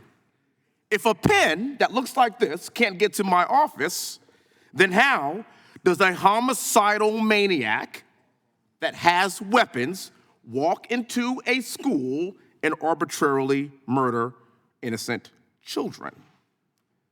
Because we wear this pen, that does not make us more important than our children. There's a private school in Houston, Texas, and I was there a few months ago, and I was giving a young man his appointment to West Point. I drove on the campus, and I was met by 2 armed guards. There were parking places that were just for visitors, and they had even more armed guards beyond that. I felt very secure as I drove onto this school. The headmaster or head of school, she met me in the front, and I said, "My God, ma'am, I feel very secure in this place. What's the secret here?" She said, "Wesley, actually, given my religious beliefs, I hate guns. I don't do guns. But it's my responsibility to keep these young people safe. It's not about how I feel about guns or what I think about them or what I do or don't know. I must keep these children safe because they are the most precious things that we have on this earth." I keep hearing this word AR-15s and a weapon of war. I find that funny because, well, I've been to war. And you should Google the AX-64 Delta Apache helicopter. That is what I would call a true weapon of war. But I feel people calling these things a weapon of war, but they've never been to war. They don't know what war is. And they're using the AR-15 as a scapegoat for everything. I say that because according to the ATF, 6% of homicides were at the hands of AR-15s, 60% at the hands of handguns. So if you really want to have an intellectually honest conversation about homicide reduction, you would go after pistols. But you don't do that because you want to go after the AR-15 first to then eventually get to the pistol to disarm Americans to infringe on our Second Amendment rights. I want you to know something. It ain't the gun. It's the homicidal maniac. The deadliest days in this country, 9/11, not a single shot was fired. Timothy McVeigh, fertilizer, Oklahoma City. The Boston Marathon, pressure cookers, not a single shot was fired. I know what war looks like, but what I do want to say is we have got to agree we can all protect our children and we should not be protected more than them. And I yield back. Gentleman's time has expired. Gentleman yields back. The gentlelady from Pennsylvania, Ms. Scanlon. Thank you, Mr. Chair. I move to strike the last word. Gentlelady is recognized. Thank you. Every day, most of us are horrified by another mass shooting, whether in Nashville, Louisville, Alabama, Maine, to name just a few of the most recent. Americans, my friends, my neighbors, my constituents are afraid to go to shopping malls, to theaters, to church. Children tell us they're afraid to go to school, and while they're in school, they're being traumatized by active shooter and stop the bleed drills. In response, Republicans on this committee are not trying to limit access to deadly weapons by violent people. Instead, they've chosen to pass a measure that would make it easier for mass shooters to obtain and conceal deadly firearms. At issue tonight is an ATF rule that closes a loophole by which people can use a stabilizing brace to convert a large format pistol into a short-barreled rifle while evading the restrictions placed on short-barreled rifles since the enactment of the National Firearms Act in 1934. In recent years, mass shooters have deployed these armed braces in numerous tragedies: a Dayton, Ohio bar, a Boulder, Colorado grocery store, Club Q in Colorado Springs, and most recently at the Nashville school shooting just a few days ago. As we saw in the video played by Mr. Cicilline, firearms manufacturers are marketing and selling these braces as a way to evade the special restrictions created by the National Firearms Act to regulate access to these particularly deadly weapons. And those firearms manufacturers have successfully invested the millions of dollars that they've made from those sales in political contributions. Our Republican colleagues called this markup in order to kneecap the ATF, and they've declared they'll fight every effort to do something, anything, to prevent carnage in our schools, our grocery stores, our workplaces, and community spaces. The Second Amendment is not a suicide pact. All constitutional rights are subject to qualifications or limitations when their extremist application would infringe upon the rights and freedoms of others. Even conservative justices on our Supreme Court have conceded that the Constitution permits the restrictions on the types of weapons that can be sold and to whom they may be sold. We all should be working together to prevent violent people from obtaining dangerous weapons in order to ensure domestic tranquility and promote the general welfare, as we're urged to do by our Constitution. It's abundantly and tragically clear that we have a lot of work to do to keep our kids and our communities safe as the firearms industry and its political allies continue to prioritize profits and their gun fetish over people. We have to stop wasting time and pass common sense gun safety policies that save lives and give our children a brighter future.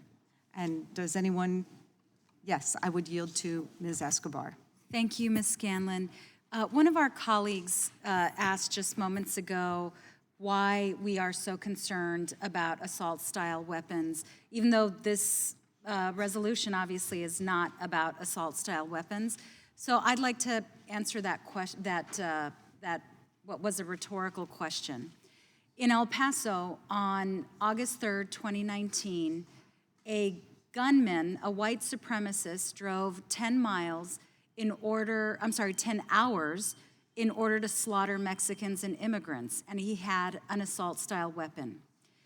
This was 3 years ago, and my constituents who were victims of that, who survived, still have to deal with surgeries, still have to deal with physical therapy, still carry the emotional and the physical trauma that came with an assault-style weapon that ravaged their bodies. Those bullets, those guns, are not intended for a bullet to just go right through a body. Those bullets obliterate a body. They obliterate muscle. They obliterate nerves. They obliterate tendons.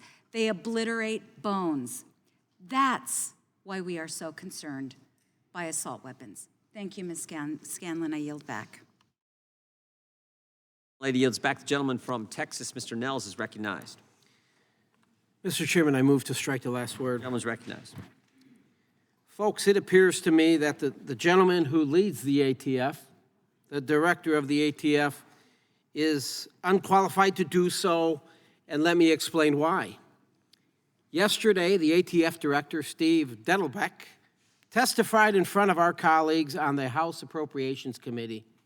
His poster board, there he is, that fella right there.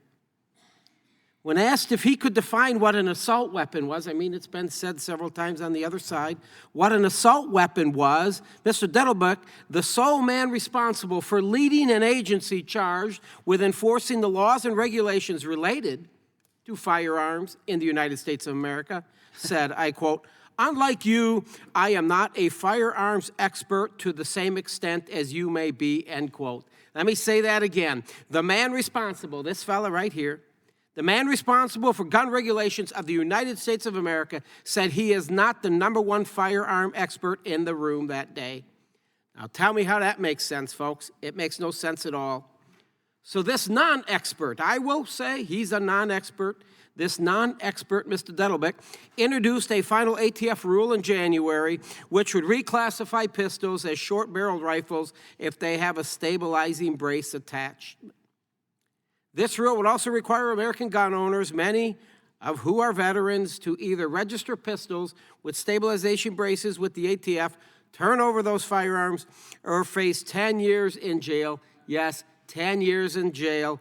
We don't give murderers that in the justice system today, and up to a $10,000 fine. It is quite evident to me and everybody that watched that hearing yesterday that this man is not a firearms expert. He does not understand our disabled veterans and other Americans rely on these braces to use their firearms. He does not understand that this is an abuse of rulemaking authority. He does not understand our Constitution provides God-fearing Americans, many of us in this room, the right to bear arms. And I tell you, I'm a proud co-sponsor of this resolution today to repeal Mr. Dettelbeck's unconstitutional pistol brace rule, and I urge my colleagues to do the same. Thank you, and I yield back. Gentleman yields back. Thank the gentleman. Chair now recognizes the gentlelady from Georgia, Ms. McBath. Thank you, Mr. Chairman. I move to strike the last word. Gentlelady is recognized. So here we are again this evening in the wee hours of the morning already, just 4 days after the deadly mass shooting at a Sweet 16 party in Alabama, which took 4 young lives and injured 32 more. 9 days after a young man in Louisville shot and killed 5 of his colleagues with an AR-15 style rifle. And of course, less than a month after a heavily armed assailant slaughtered 3 young children, babies, at an elementary school in Nashville, Tennessee. And I could just go on and on and on to note the more than 160 mass shootings this country has already seen this year. But I don't know if we'd even have enough time, because there already have been more mass shootings in this country, in the United States of America, than there have been days in this year. Today, my colleagues on the other side have brought us here to reject an ATF rule, which would ensure that stabilizing braces, firearms attachments used to convert large format pistols, such as AR-15s and AK-47s, into short-barreled rifles, that cannot be the accessory of choice for mass shooters. Shooters like the one in Dayton, Ohio, who took 9 lives. Like the shooter in Boulder, Colorado, that mass shooting, which took 10 lives. And as we've recently learned, like the shooter in the Nashville mass shooting, who took lives of 3 children and 3 adults.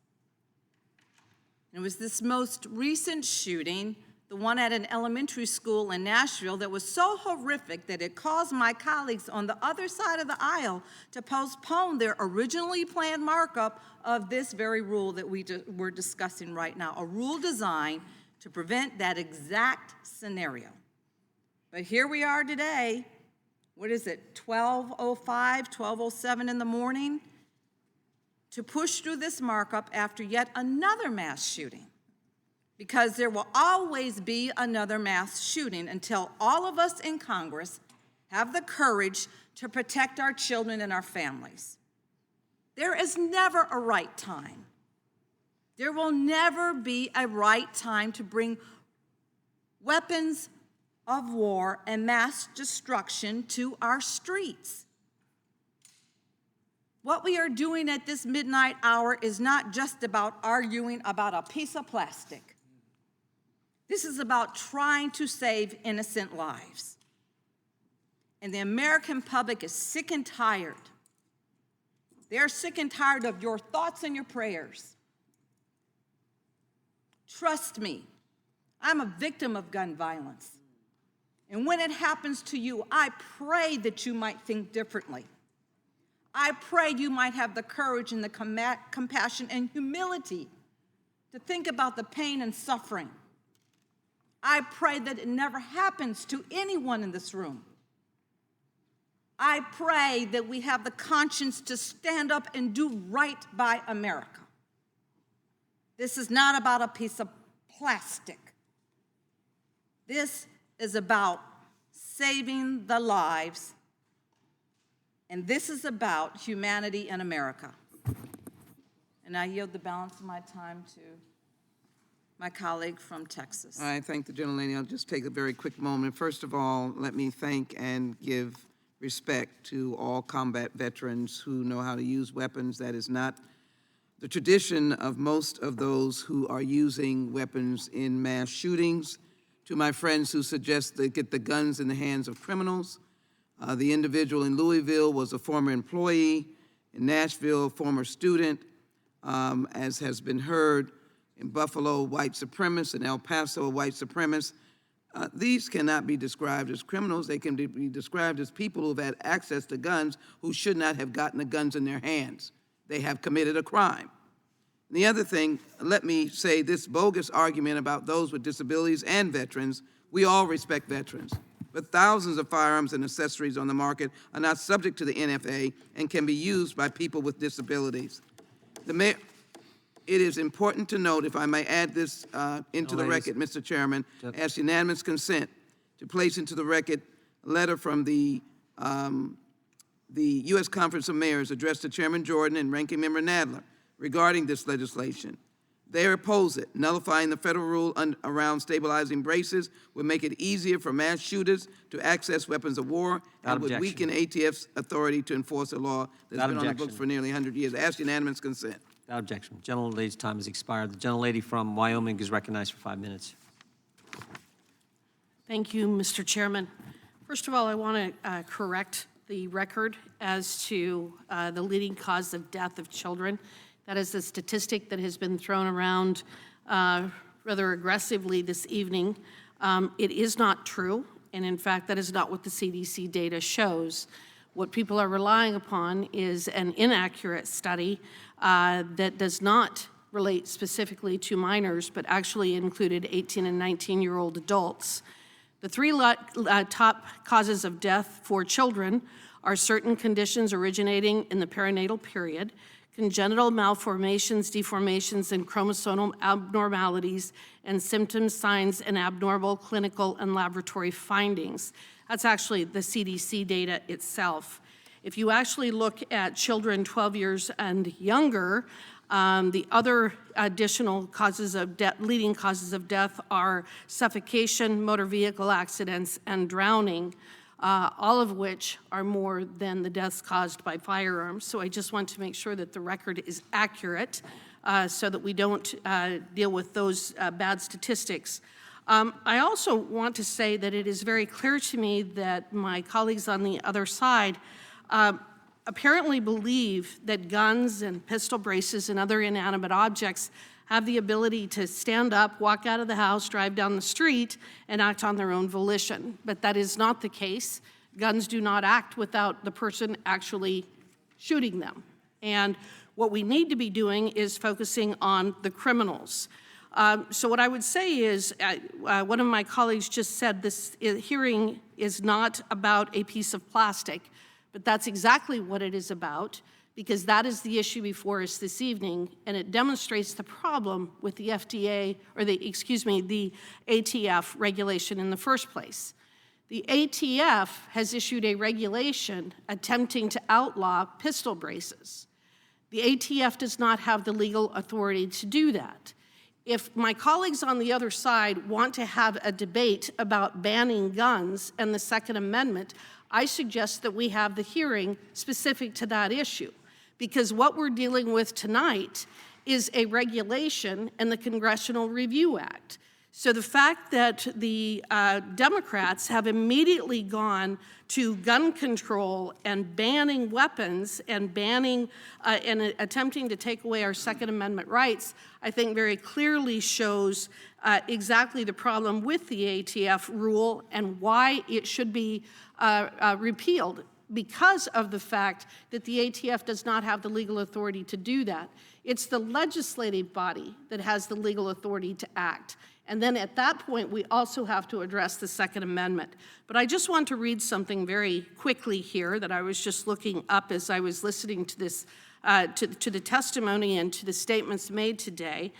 This is something that we just had an anniversary yesterday, and I'm just going to read this very quickly because I think it epitomizes where the other side is coming from on this discussion. The sun never set on the British Empire. It was the largest empire in world history. Out of nearly 200 countries in the world, only 22 were never controlled, invaded, or attacked by Britain. In April of 1775, the British Royal Military Governor of Massachusetts, General Thomas Gage, sent 800 British Army regulars under the command of Lieutenant Colonel Francis Smith on a preemptive raid to seize guns from American patriots at Lexington and Concord. George Mason of Virginia stated, "To disarm the people is the best and most effectual way to enslave them." That is why we have the Second Amendment. It protects our ability to keep and bear arms. The ATF does not have the legal authority to adopt the rule that they have. To the extent that there is to be any discussion about the banning of guns, it should be taking place in the legislative body with the understanding and the analysis of the Second Amendment that is appropriate. And with that, I yield back. Mr. Chairman, I have a unanimous consent request. Gentlelady yields back. The gentleman is recognized for unanimous consent. I ask unanimous consent that the article from the Kaiser Family Foundation entitled "Firearms Are the Leading Cause of Death for Children in the United States" be included in the record. Without objection. And a second article from NPR in April 22nd, 2022, "Firearms Overtook Auto Accidents as the Leading Cause of Death in Children" be made a part of the record. Without objection, so ordered. The gentleman from Colorado, Mr. Nagus, is recognized for 5 minutes. I thank the chairman. Move to strike the last word. The gentleman's recognized. Thanks, Mr. Chairman. I think it'd be helpful to provide some context and perhaps help clear the record a bit, because I've heard differing arguments from my colleagues on the other side, some of which are grossly inconsistent. So, you know, my friend Mr. Massey makes the argument, which I actually think comports with the language of the final rule, that this final rule requires registration. But then I hear my colleague from Wyoming declare that it outlaws these devices. Clearly, that's inconsistent. And, you know, I think Mr. Massey is actually correct on that front. And I think that it's important for us to have an intellectually honest debate. By that same token, my friend Mr. Issa, who's not here earlier, but referenced the Obama administration. I believe a number of my colleagues have done so with respect to the genesis of this rulemaking. No one has referenced the fact that this rulemaking began, at least in part, during the Trump administration. And so let me just take you down a trip on memory lane. In March of 2020, during the Trump administration, a manufacturer submitted a firearm equipped with brace model SBA-3 to the ATF for classification. ATF determined that it was subject to the NFA as a short-barreled rifle because, quote, "all of the objective design features are consistent with weapons designed to be fired from the shoulder." That's evidenced by the many videos that my colleague, Representative Cicilline from Rhode Island, showed, and that it defies any of the arguments that were made on the other side of the aisle with respect to the design of the weapon on that front. ATF examined a firearm with a different model brace and reached the opposite conclusion. By late 2020, still during the Trump administration, ATF concluded that there was a need to provide clarity to the firearms industry and the American people on how ATF evaluates firearms equipped with stabilizing braces, and that some manufacturers were adding to the confusion by falsely labeling braces as, quote, ATF compliant when ATF had not evaluated them. ATF determined that for these reasons, and due to the extensive use of these firearms to create short-barreled rifles without following NFA requirements, it was necessary to issue public guidance. This is important. On December 18th, 2020, this is during the Trump administration, not the Biden administration, ATF published a notice in the Federal Register entitled Objective Factors for Classifying Weapons with Stabilizing Braces. That guidance included factors similar to those that are in the final rule at issue in this markup. As you all know, I know many of you signed on to the letter. A few days later, on December 22nd, 90 House Republicans sent a letter to the ATF imploring the ATF to essentially rescind that guidance. And the ATF then ultimately complied. And on December 30th, ATF withdrew the public guidance. 3 months later, a murderer in Boulder, Colorado, used a Ruger AR-556 pistol equipped with an SB Tactical SBA-3 stabilizing brace to kill 10 people, 10 of my constituents. I represent Boulder. I think many of you know that. One of those constituents was a police officer who bravely lost his life, made the ultimate sacrifice.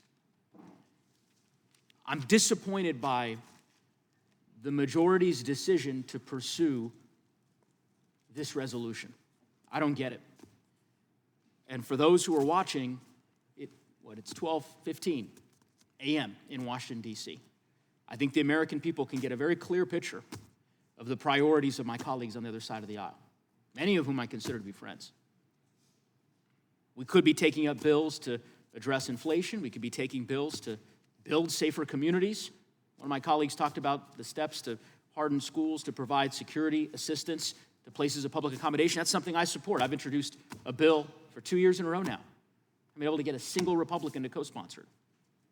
But instead, we're here debating a measure to undermine federal law enforcement's efforts when it sought to crack down on those who were using stabilizing braces as short-barreled rifles to evade the NFA. That's it. I would hope that the majority would reconsider their priorities moving forward. Let's work together to find some solutions to these consequential challenges. But this isn't it. That I can assure you. I yield back. Gentleman yields back. Gentleman from New Jersey is recognized. Thank you, Chairman. It's been a long night, and I'm going to try to be pretty quick here because I don't think we're going to convince them, and I don't think they're going to convince us. But there's a few things I want to say. So much of this really is political. I guess folks don't want to admit it, but I mean, you had control. You had and you've heard this before.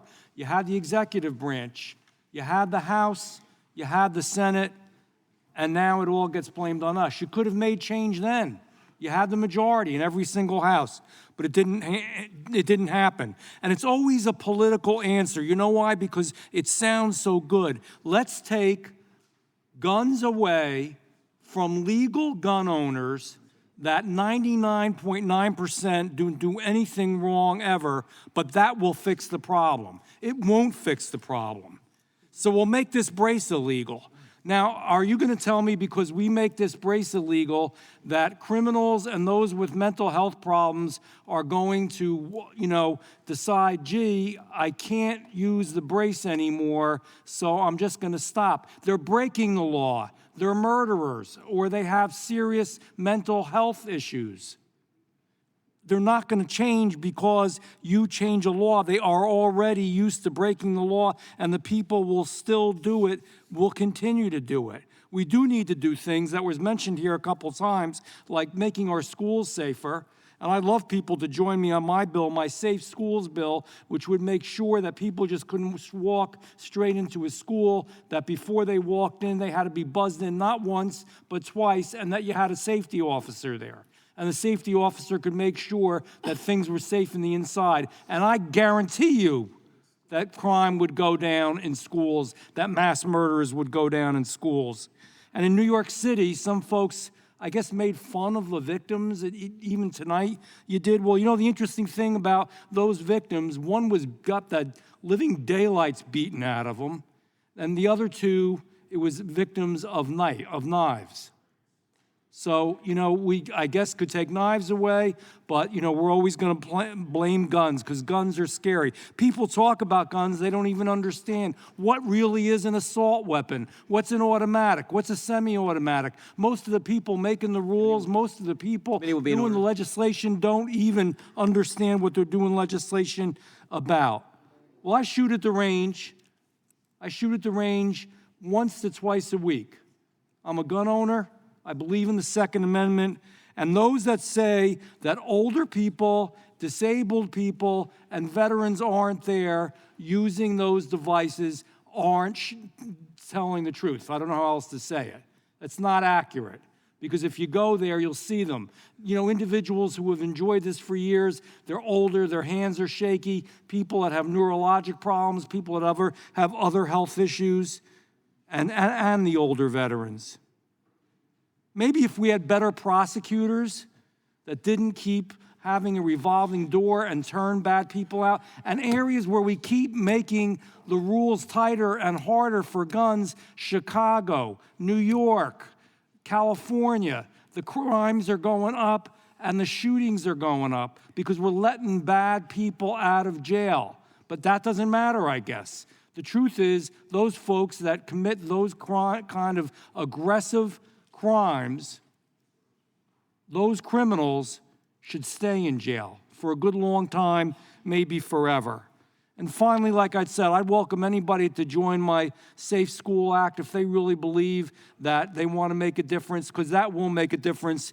Mr. Hunt was so right. His speech was so good. He was on the money. Here's somebody who's a veteran. Here's somebody who was in the military. Here's somebody who's in war. Here's somebody who understands guns, like the people at the range where I shoot. And they wouldn't even understand what half of you were talking about because it doesn't work. So make them illegal. Make these braces illegal, and let's see, because you're going to promise people it's going to make things better, how much better it gets. And you know Andrew, will you yield for just one clarification? No, I got to finish this. And you know what else it doesn't show? It doesn't show that the statistics show, look them up, when they were illegal in New Jersey in certain areas, it was no better crime-wise. It didn't make a difference. A bad person or a person with severe mental health problems are still going to commit crimes. And there's much better ways to go about that. We need more mental health work being done in our country. And I don't know who asked me, but I will yield. Gentleman's time has expired. Gentleman yields back. Appreciate the gentleman. The gentleman from California, Mr. Swalwell, is recognized for 5 minutes. Mr. Chairman, it is 12:25 a.m. in the United States Congress, and if anyone wants to know what is the priority of their member of Congress, well, on the other side of the aisle for the Republican Party, at this early hour, it's to better arm the killers of our children. That's the priority. It's not, as Mr. Neguse said, to fight inflation. It's not to bring down the cost of health care. It's not to give women their own right to carry a baby. It's to make sure that every criminal in America has better access to a right to carry a device, as Mr. Neguse laid out, can kill innocent souls in our community. It's midnight in Washington, a book also written by a colleague of mine just to the right. But it's midnight in Washington, and my colleagues on the Republican side of the aisle are fighting to arm the killers. A lot of talk today about veterans, and that's great. I think we all want to do what we can to honor veterans. I thought it was interesting that 12 hours ago when Mr. Massey offered an amendment in an immigration bill to help veterans with the E-Verify system, almost everyone on his side voted against it. So it's clear where you draw the line when you want to help veterans. No one wanted to help the veterans when it came to immigration, but when it comes to this legislation, that's your fig leaf as far as why you're in favor of it. But I really want to address Mr. Van Drew, because he used the word ban about 10 times and the word illegal about 5 times. And there's nothing in this regulation that would ban a stabilizer. It's not a ban on a stabilizer. It's the crazy idea that it should be registered. It's not a ban at all. No one's talking about a ban. In fact, I think almost everyone on this side thinks that you should be able to take your kids hunting, go to the range and shoot for sport, and have a shotgun to protect yourself in your home for self-defense. That's what most of us believe. And so the registration requirement is not only within the mainstream of America, most research shows it's within the mainstream of gun-owning Republicans. So it's not a ban. And we're going to fight back and debunk all of the disinformation that you can continue to throw out. So when you drag us all over the country for your field hearings and you want to go to New York to talk about crime, we're going to tell you, Mr. Chairman, the crime rate in Mansfield, Ohio, also known as Danger City, comparative to Manhattan, doesn't fare so well. So we're going to continue to call it out. When you were dragging the committee to New York, there was a homicide in your hometown that the police were still trying to solve, used and committed with the firearm. So we're going to continue to call out the disinformation. This is not a ban. This is a registration requirement. No one here is talking about bans. And with that, I'll yield my remaining time to my colleague from Rhode Island. No, I thank the gentleman for yielding. I think it's important to note that the figure that has been used was 40 million, 10 million, and I think Mr. Schiff made it very clear. When this device was first developed, it was to assist people who had disabilities.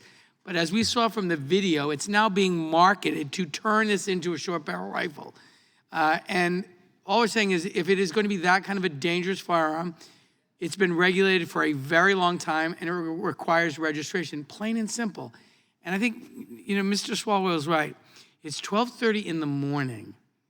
And the only action that this Republican majority has taken in response to an epidemic of gun violence in this country is to attack a rule of the ATF that will help make these weapons less lethal and require a registration of a brace.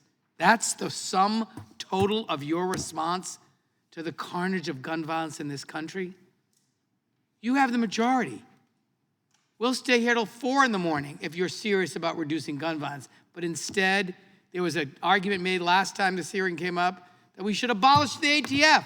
I guess we should be grateful you stepped that back and you're just trying to abolish some of the good rules that they've promulgated. They're going to make us safer. Thank the gentleman for yielding. I yield back. Yield back. Gentleman yields back. Chair recognizes the gentleman from Louisiana, Mr. Johnson. Thank you, Mr. Chairman. It is late here, and, Mr. Swalwell's been gone most of the day, but I just want to note real quickly that he just accused Republicans of, quote, wanting to arm killers. And I just want to say, when you say outrageous things like that, you obviously diminish your own arguments and your own credibility. I represent Louisiana. We're nicknamed the sportsman's paradise.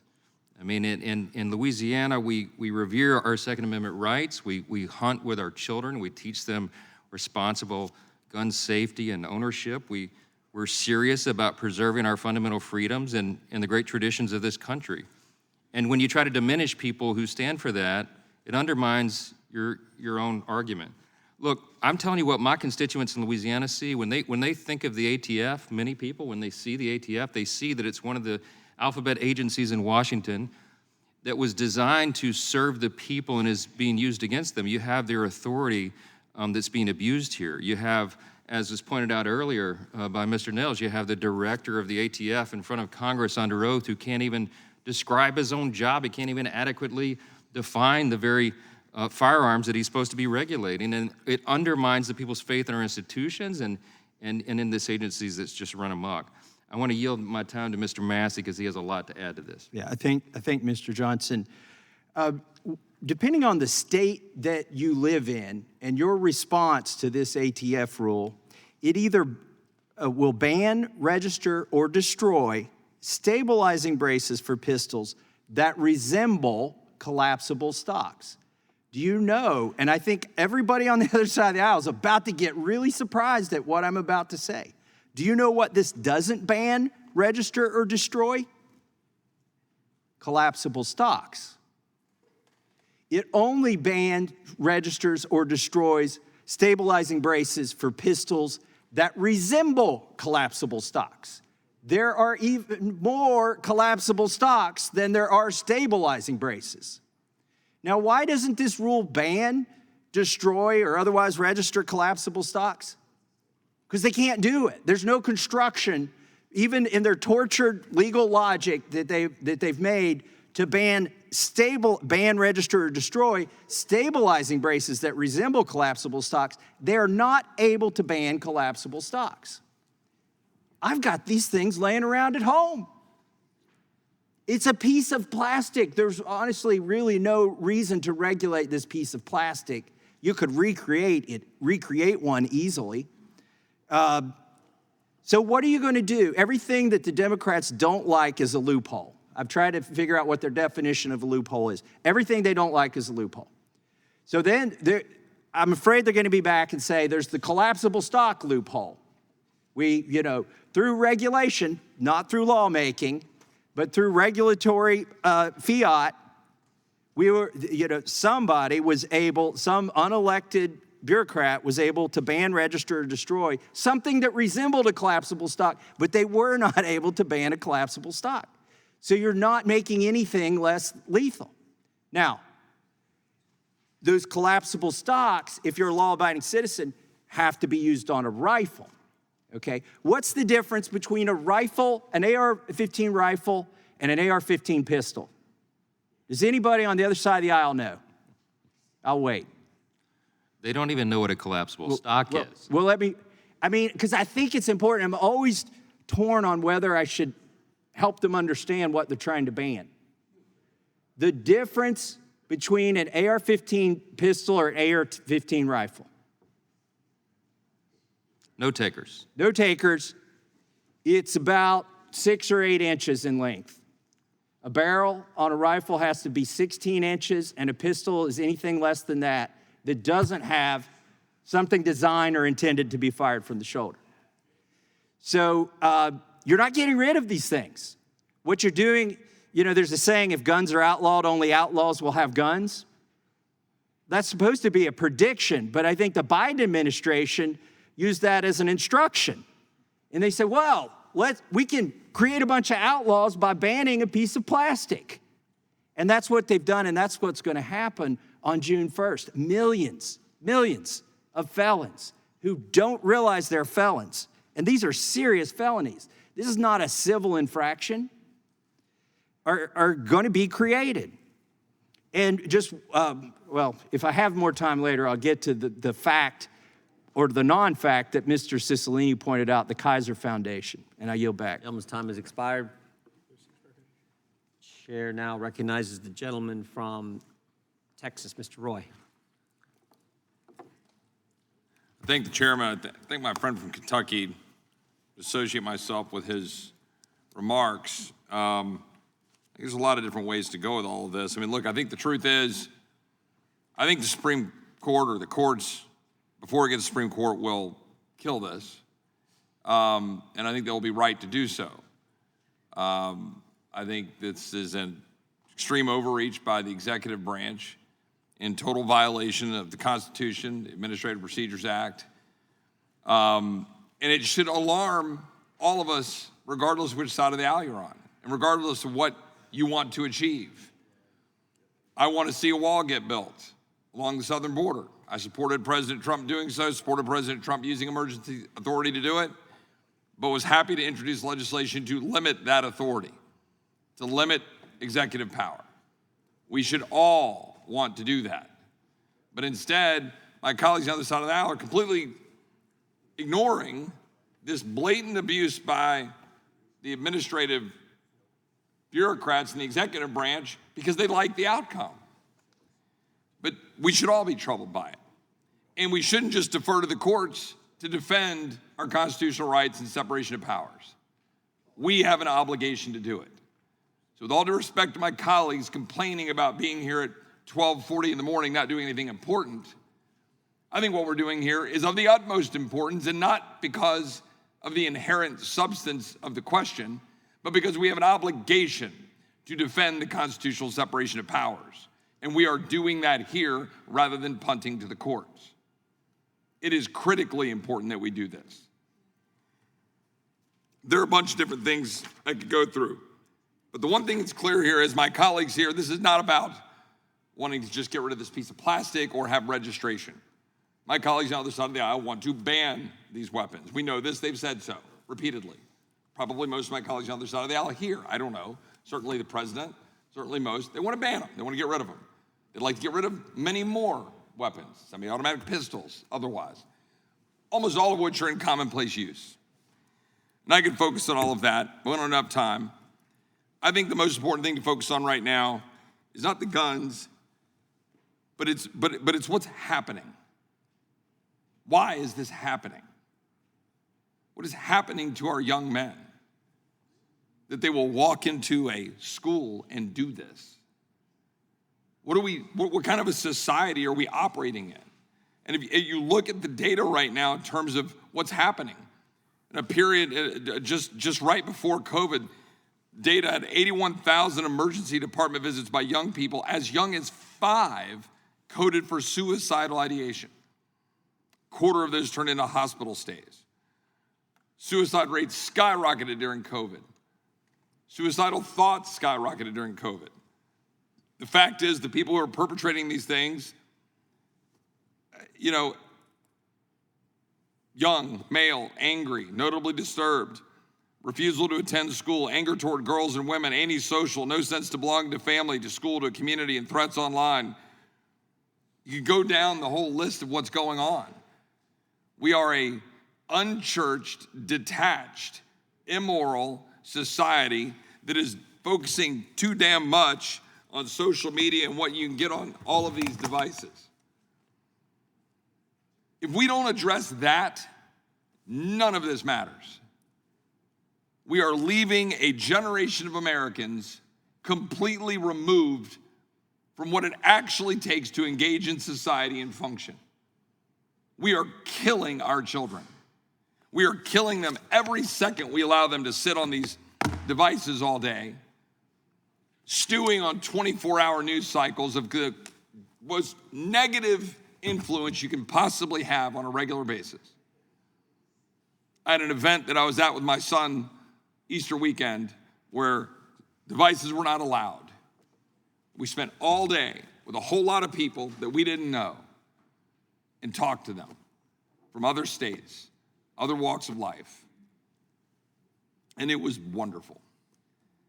And if we don't address this, and if we don't address our families, and if we don't address our societal problem, and the lack of families, and the lack of fathers, and the lack of community, we are going to lose it if we haven't already lost it. The problem isn't the guns. The problem isn't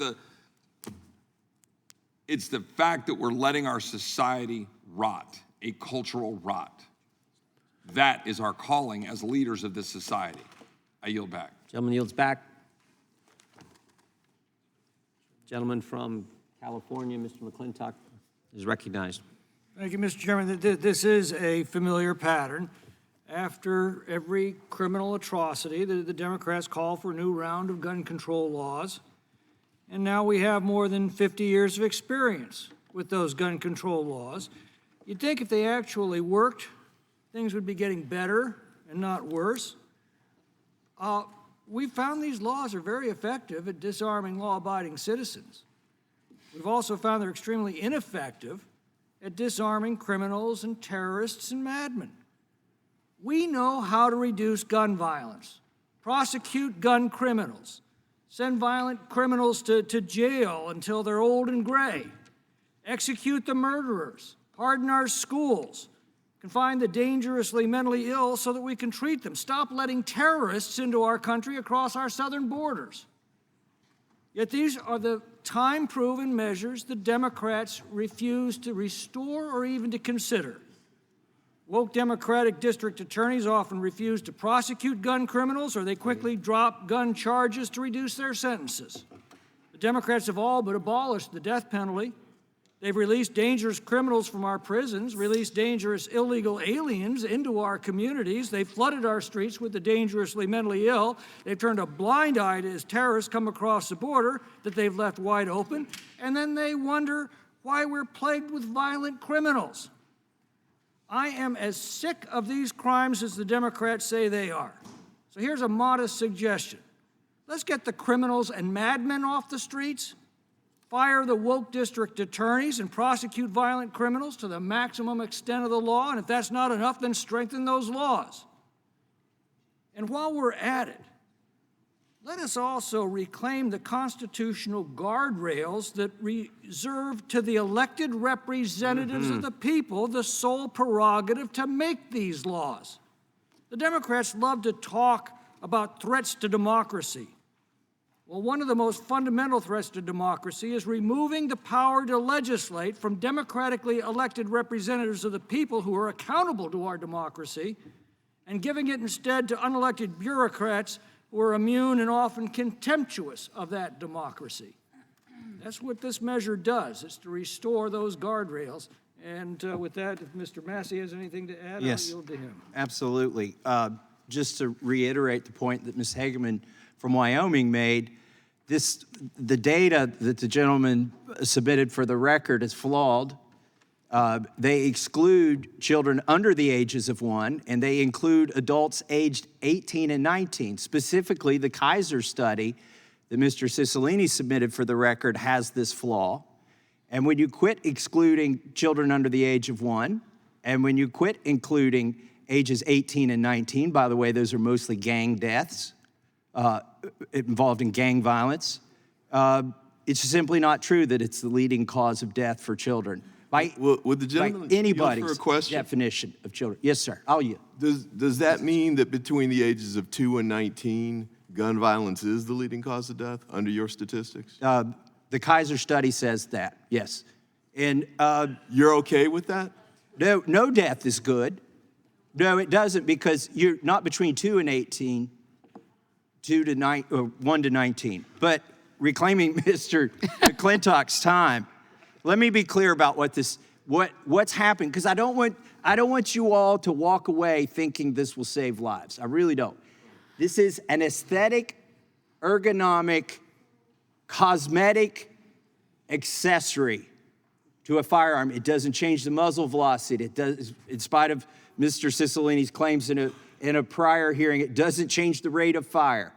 It doesn't change the capacity of the weapon.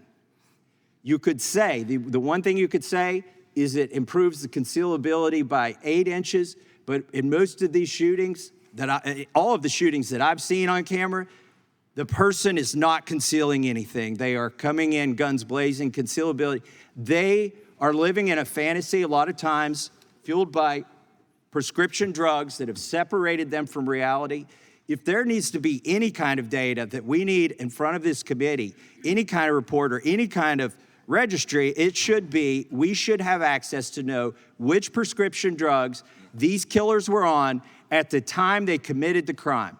And that should be collected by FDA. They're supposed to say that these are safe and effective and report the side effects. And if we could do one thing at this level, that would be it. And I yield back to the gentleman from California. Mr. Chairman, I have a unanimous consent request. I'm going to try one more time. I'd ask unanimous consent to put into record a PolitiFact from the Austin American Statement. Are firearms a leading cause of death of children? Yes, into the record.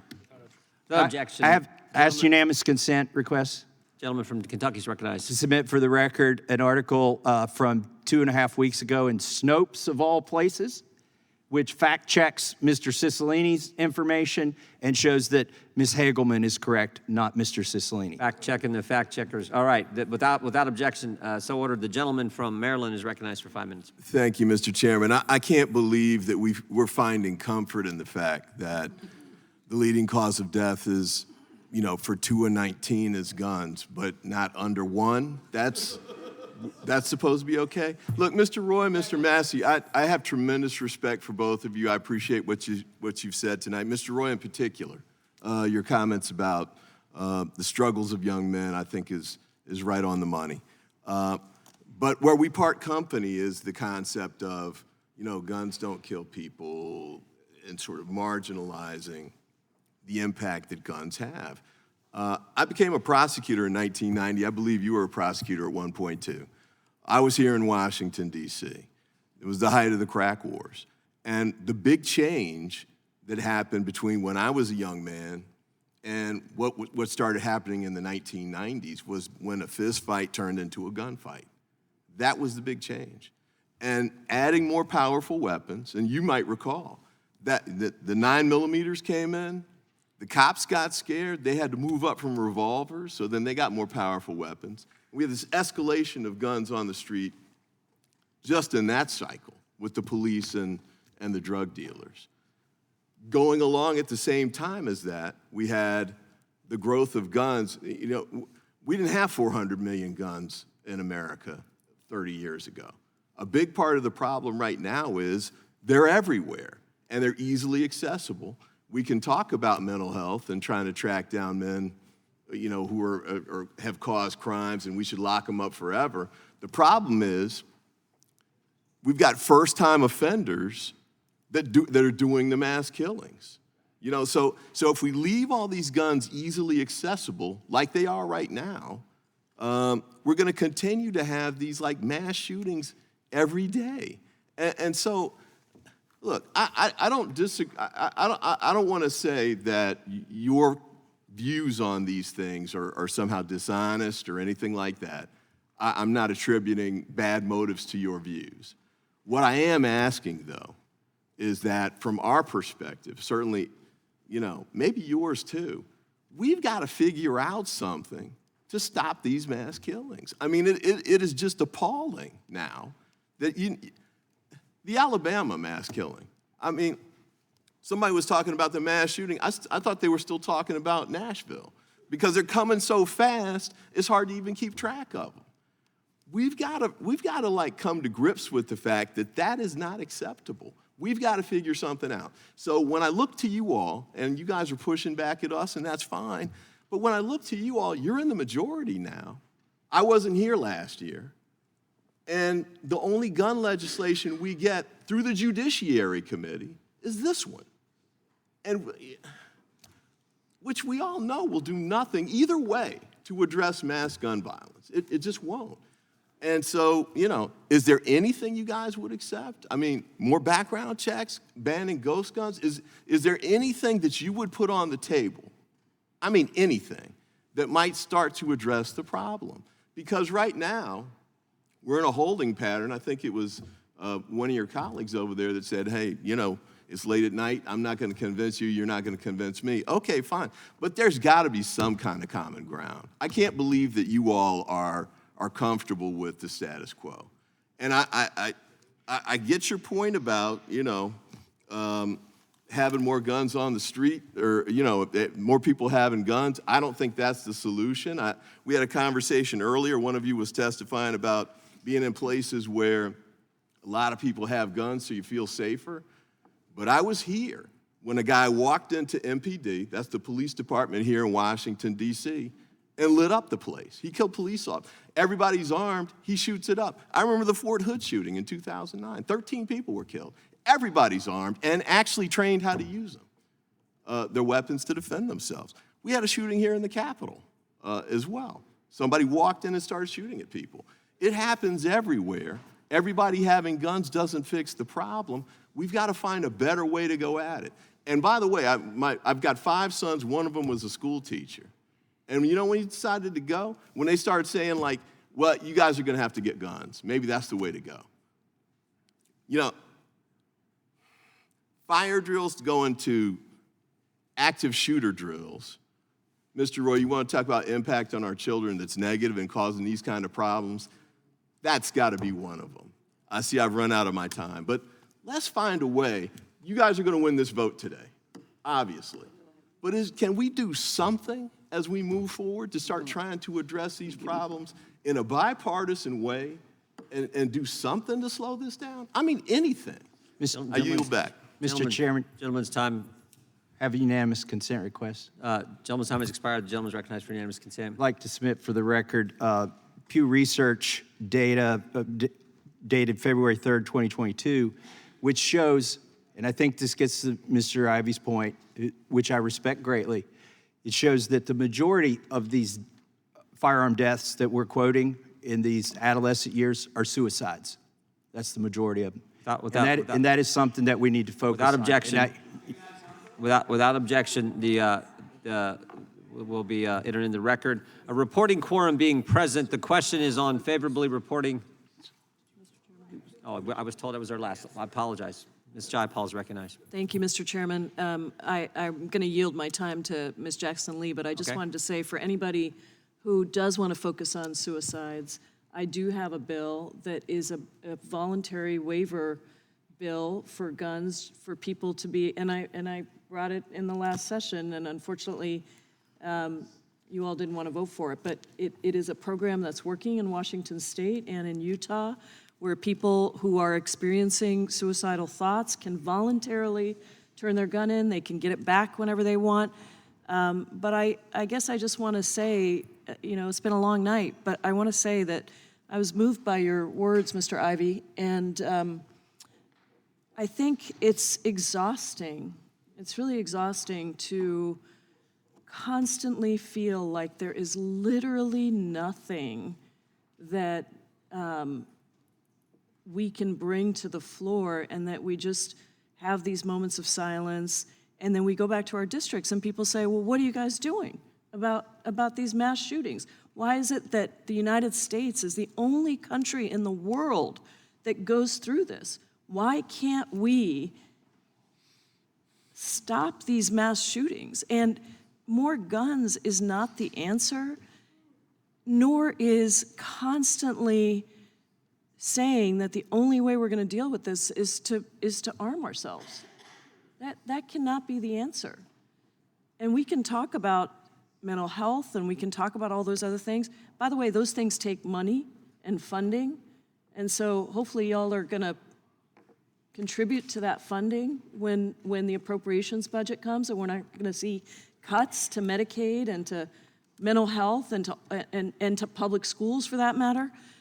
But I guess I just want to say that even when I brought my gun waiver bill last session, and we passed it out of committee because we were in the majority, I had 2 Republican co-sponsors on that, by the way, and the NRA had told one of them, my lead sponsor, John Curtis from Utah, because it's working in Utah, that they weren't going to oppose the bill. And at the last minute, they decided they had to oppose the bill because everything is a slippery slope. So I hope that, I assume that when you go back to your districts, people ask you about this too. I'm not sure what you say to them. I'm not sure how you respond to the fact that we are legislators in Congress who are not powerless. We actually do have power to enact laws that can keep our kids from being shot. I have kids every day that come up to me, parents that come up to me and tell me that their kids had to go through these active shooter drills. You're talking about that? And the trauma, I've had psychologists testify to me, come into my office and tell me about the trauma that it causes to their kids to go through these active shooter drills, that some of them have bad dreams over and over and over again because they actually feel like this is happening to them. That is what these active shooter drills are. They try to train you to deal with what's happening by putting you through something where you don't know that it's a drill. It's not like they say, okay, the fire drill is going to go, the fire alarm is going to go off and we're going to do a fire drill. There's an actual active shooter drill where it's a surprise. And then kids have to practice this. How is that something that any of us want for our kids? So I guess I was moved by Mr. Roy as well and the passion in your voice, but I just hope that we can think about our role here in Congress and not say that we're powerless and it's just about the bad guys who have the guns. That's ridiculous. That's just ridiculous. I mean, we legislated seatbelts because we knew that that would stop people from being killed when they're in a car accident. And this isn't banning anything, by the way, as has been said over and over again. It's just asking people to register. I'm sorry, I got carried away and I was going to yield my time to you, Ms. Jackson Lee. Can you yield? I can't. Did you want? It's 21 seconds. Can you just yield a minute to me, please? Okay, I yield back. Gentlelady yields back. Gentleman from Kentucky is recognized for unanimous consent. I have a unanimous consent request to submit for the record a paper by Crime Prevention Research Center comparing the global rate of mass public shootings to the U.S. rates and comparing their changes over time. The U.S. is well below the world average in terms of number of mass public shootings per capita. And it's not as a consolation, but just as a rebuttal to what's been said here tonight, which was not true. Without objection, gentleman from Texas recognized for unanimous consent.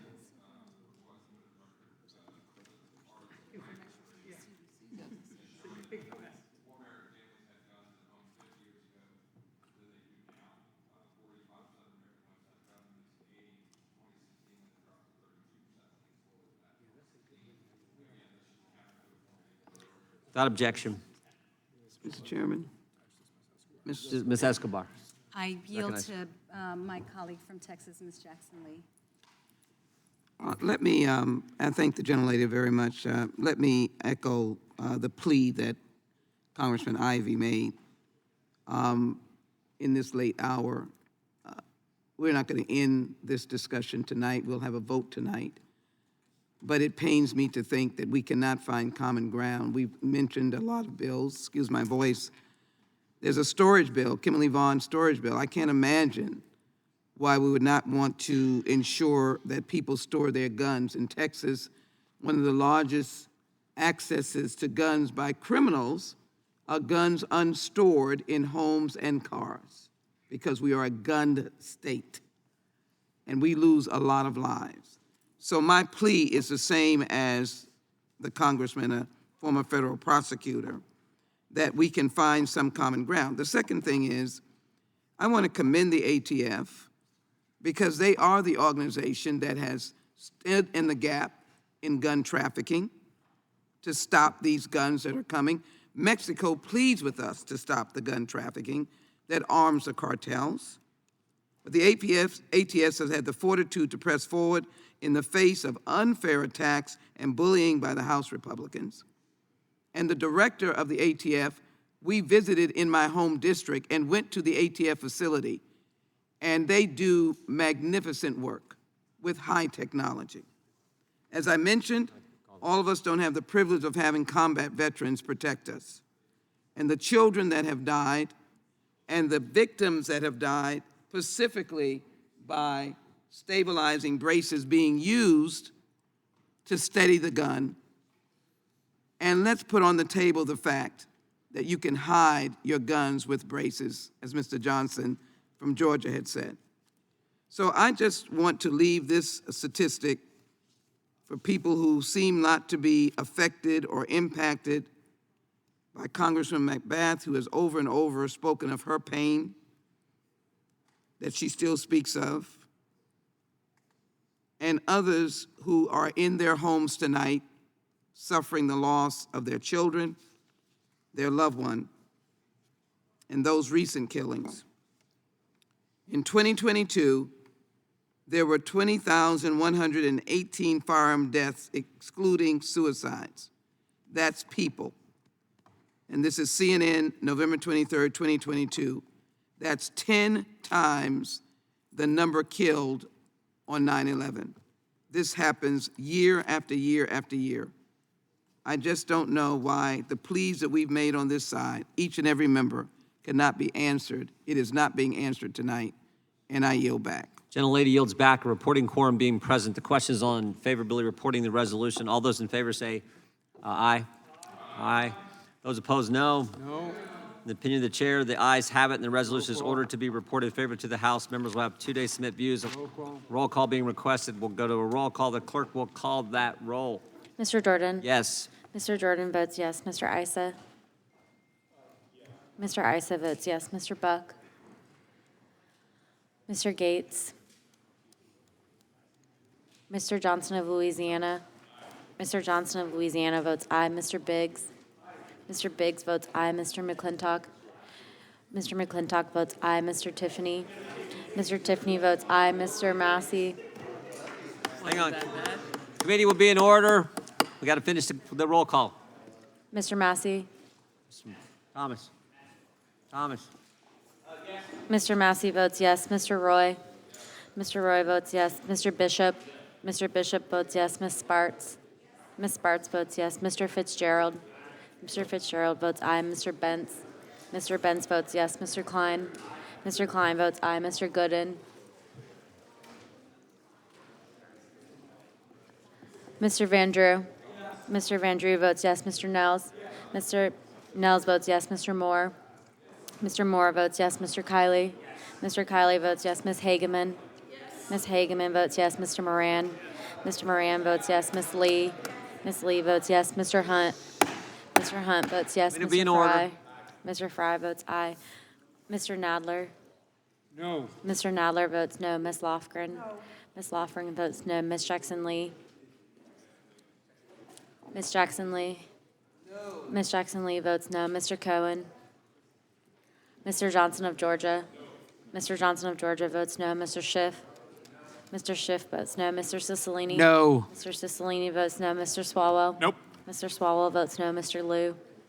Mr. Liu votes no. Ms. Jayapal? Ms. Jayapal votes no. Mr. Correa? Mr. Correa?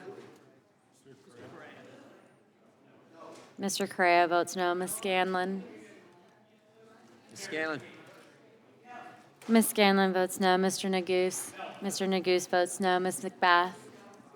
Ms. McBath votes no. Ms. Dean? Ms. Escobar? Ms. Escobar votes no. Ms. Ross? Ms. Bush? Mr. Ivy? Mr. Ivy votes no. Gentleman from Florida. Mr. Gates, you're not recorded. Mr. Gates votes aye. Have all members voted? Clerk will report.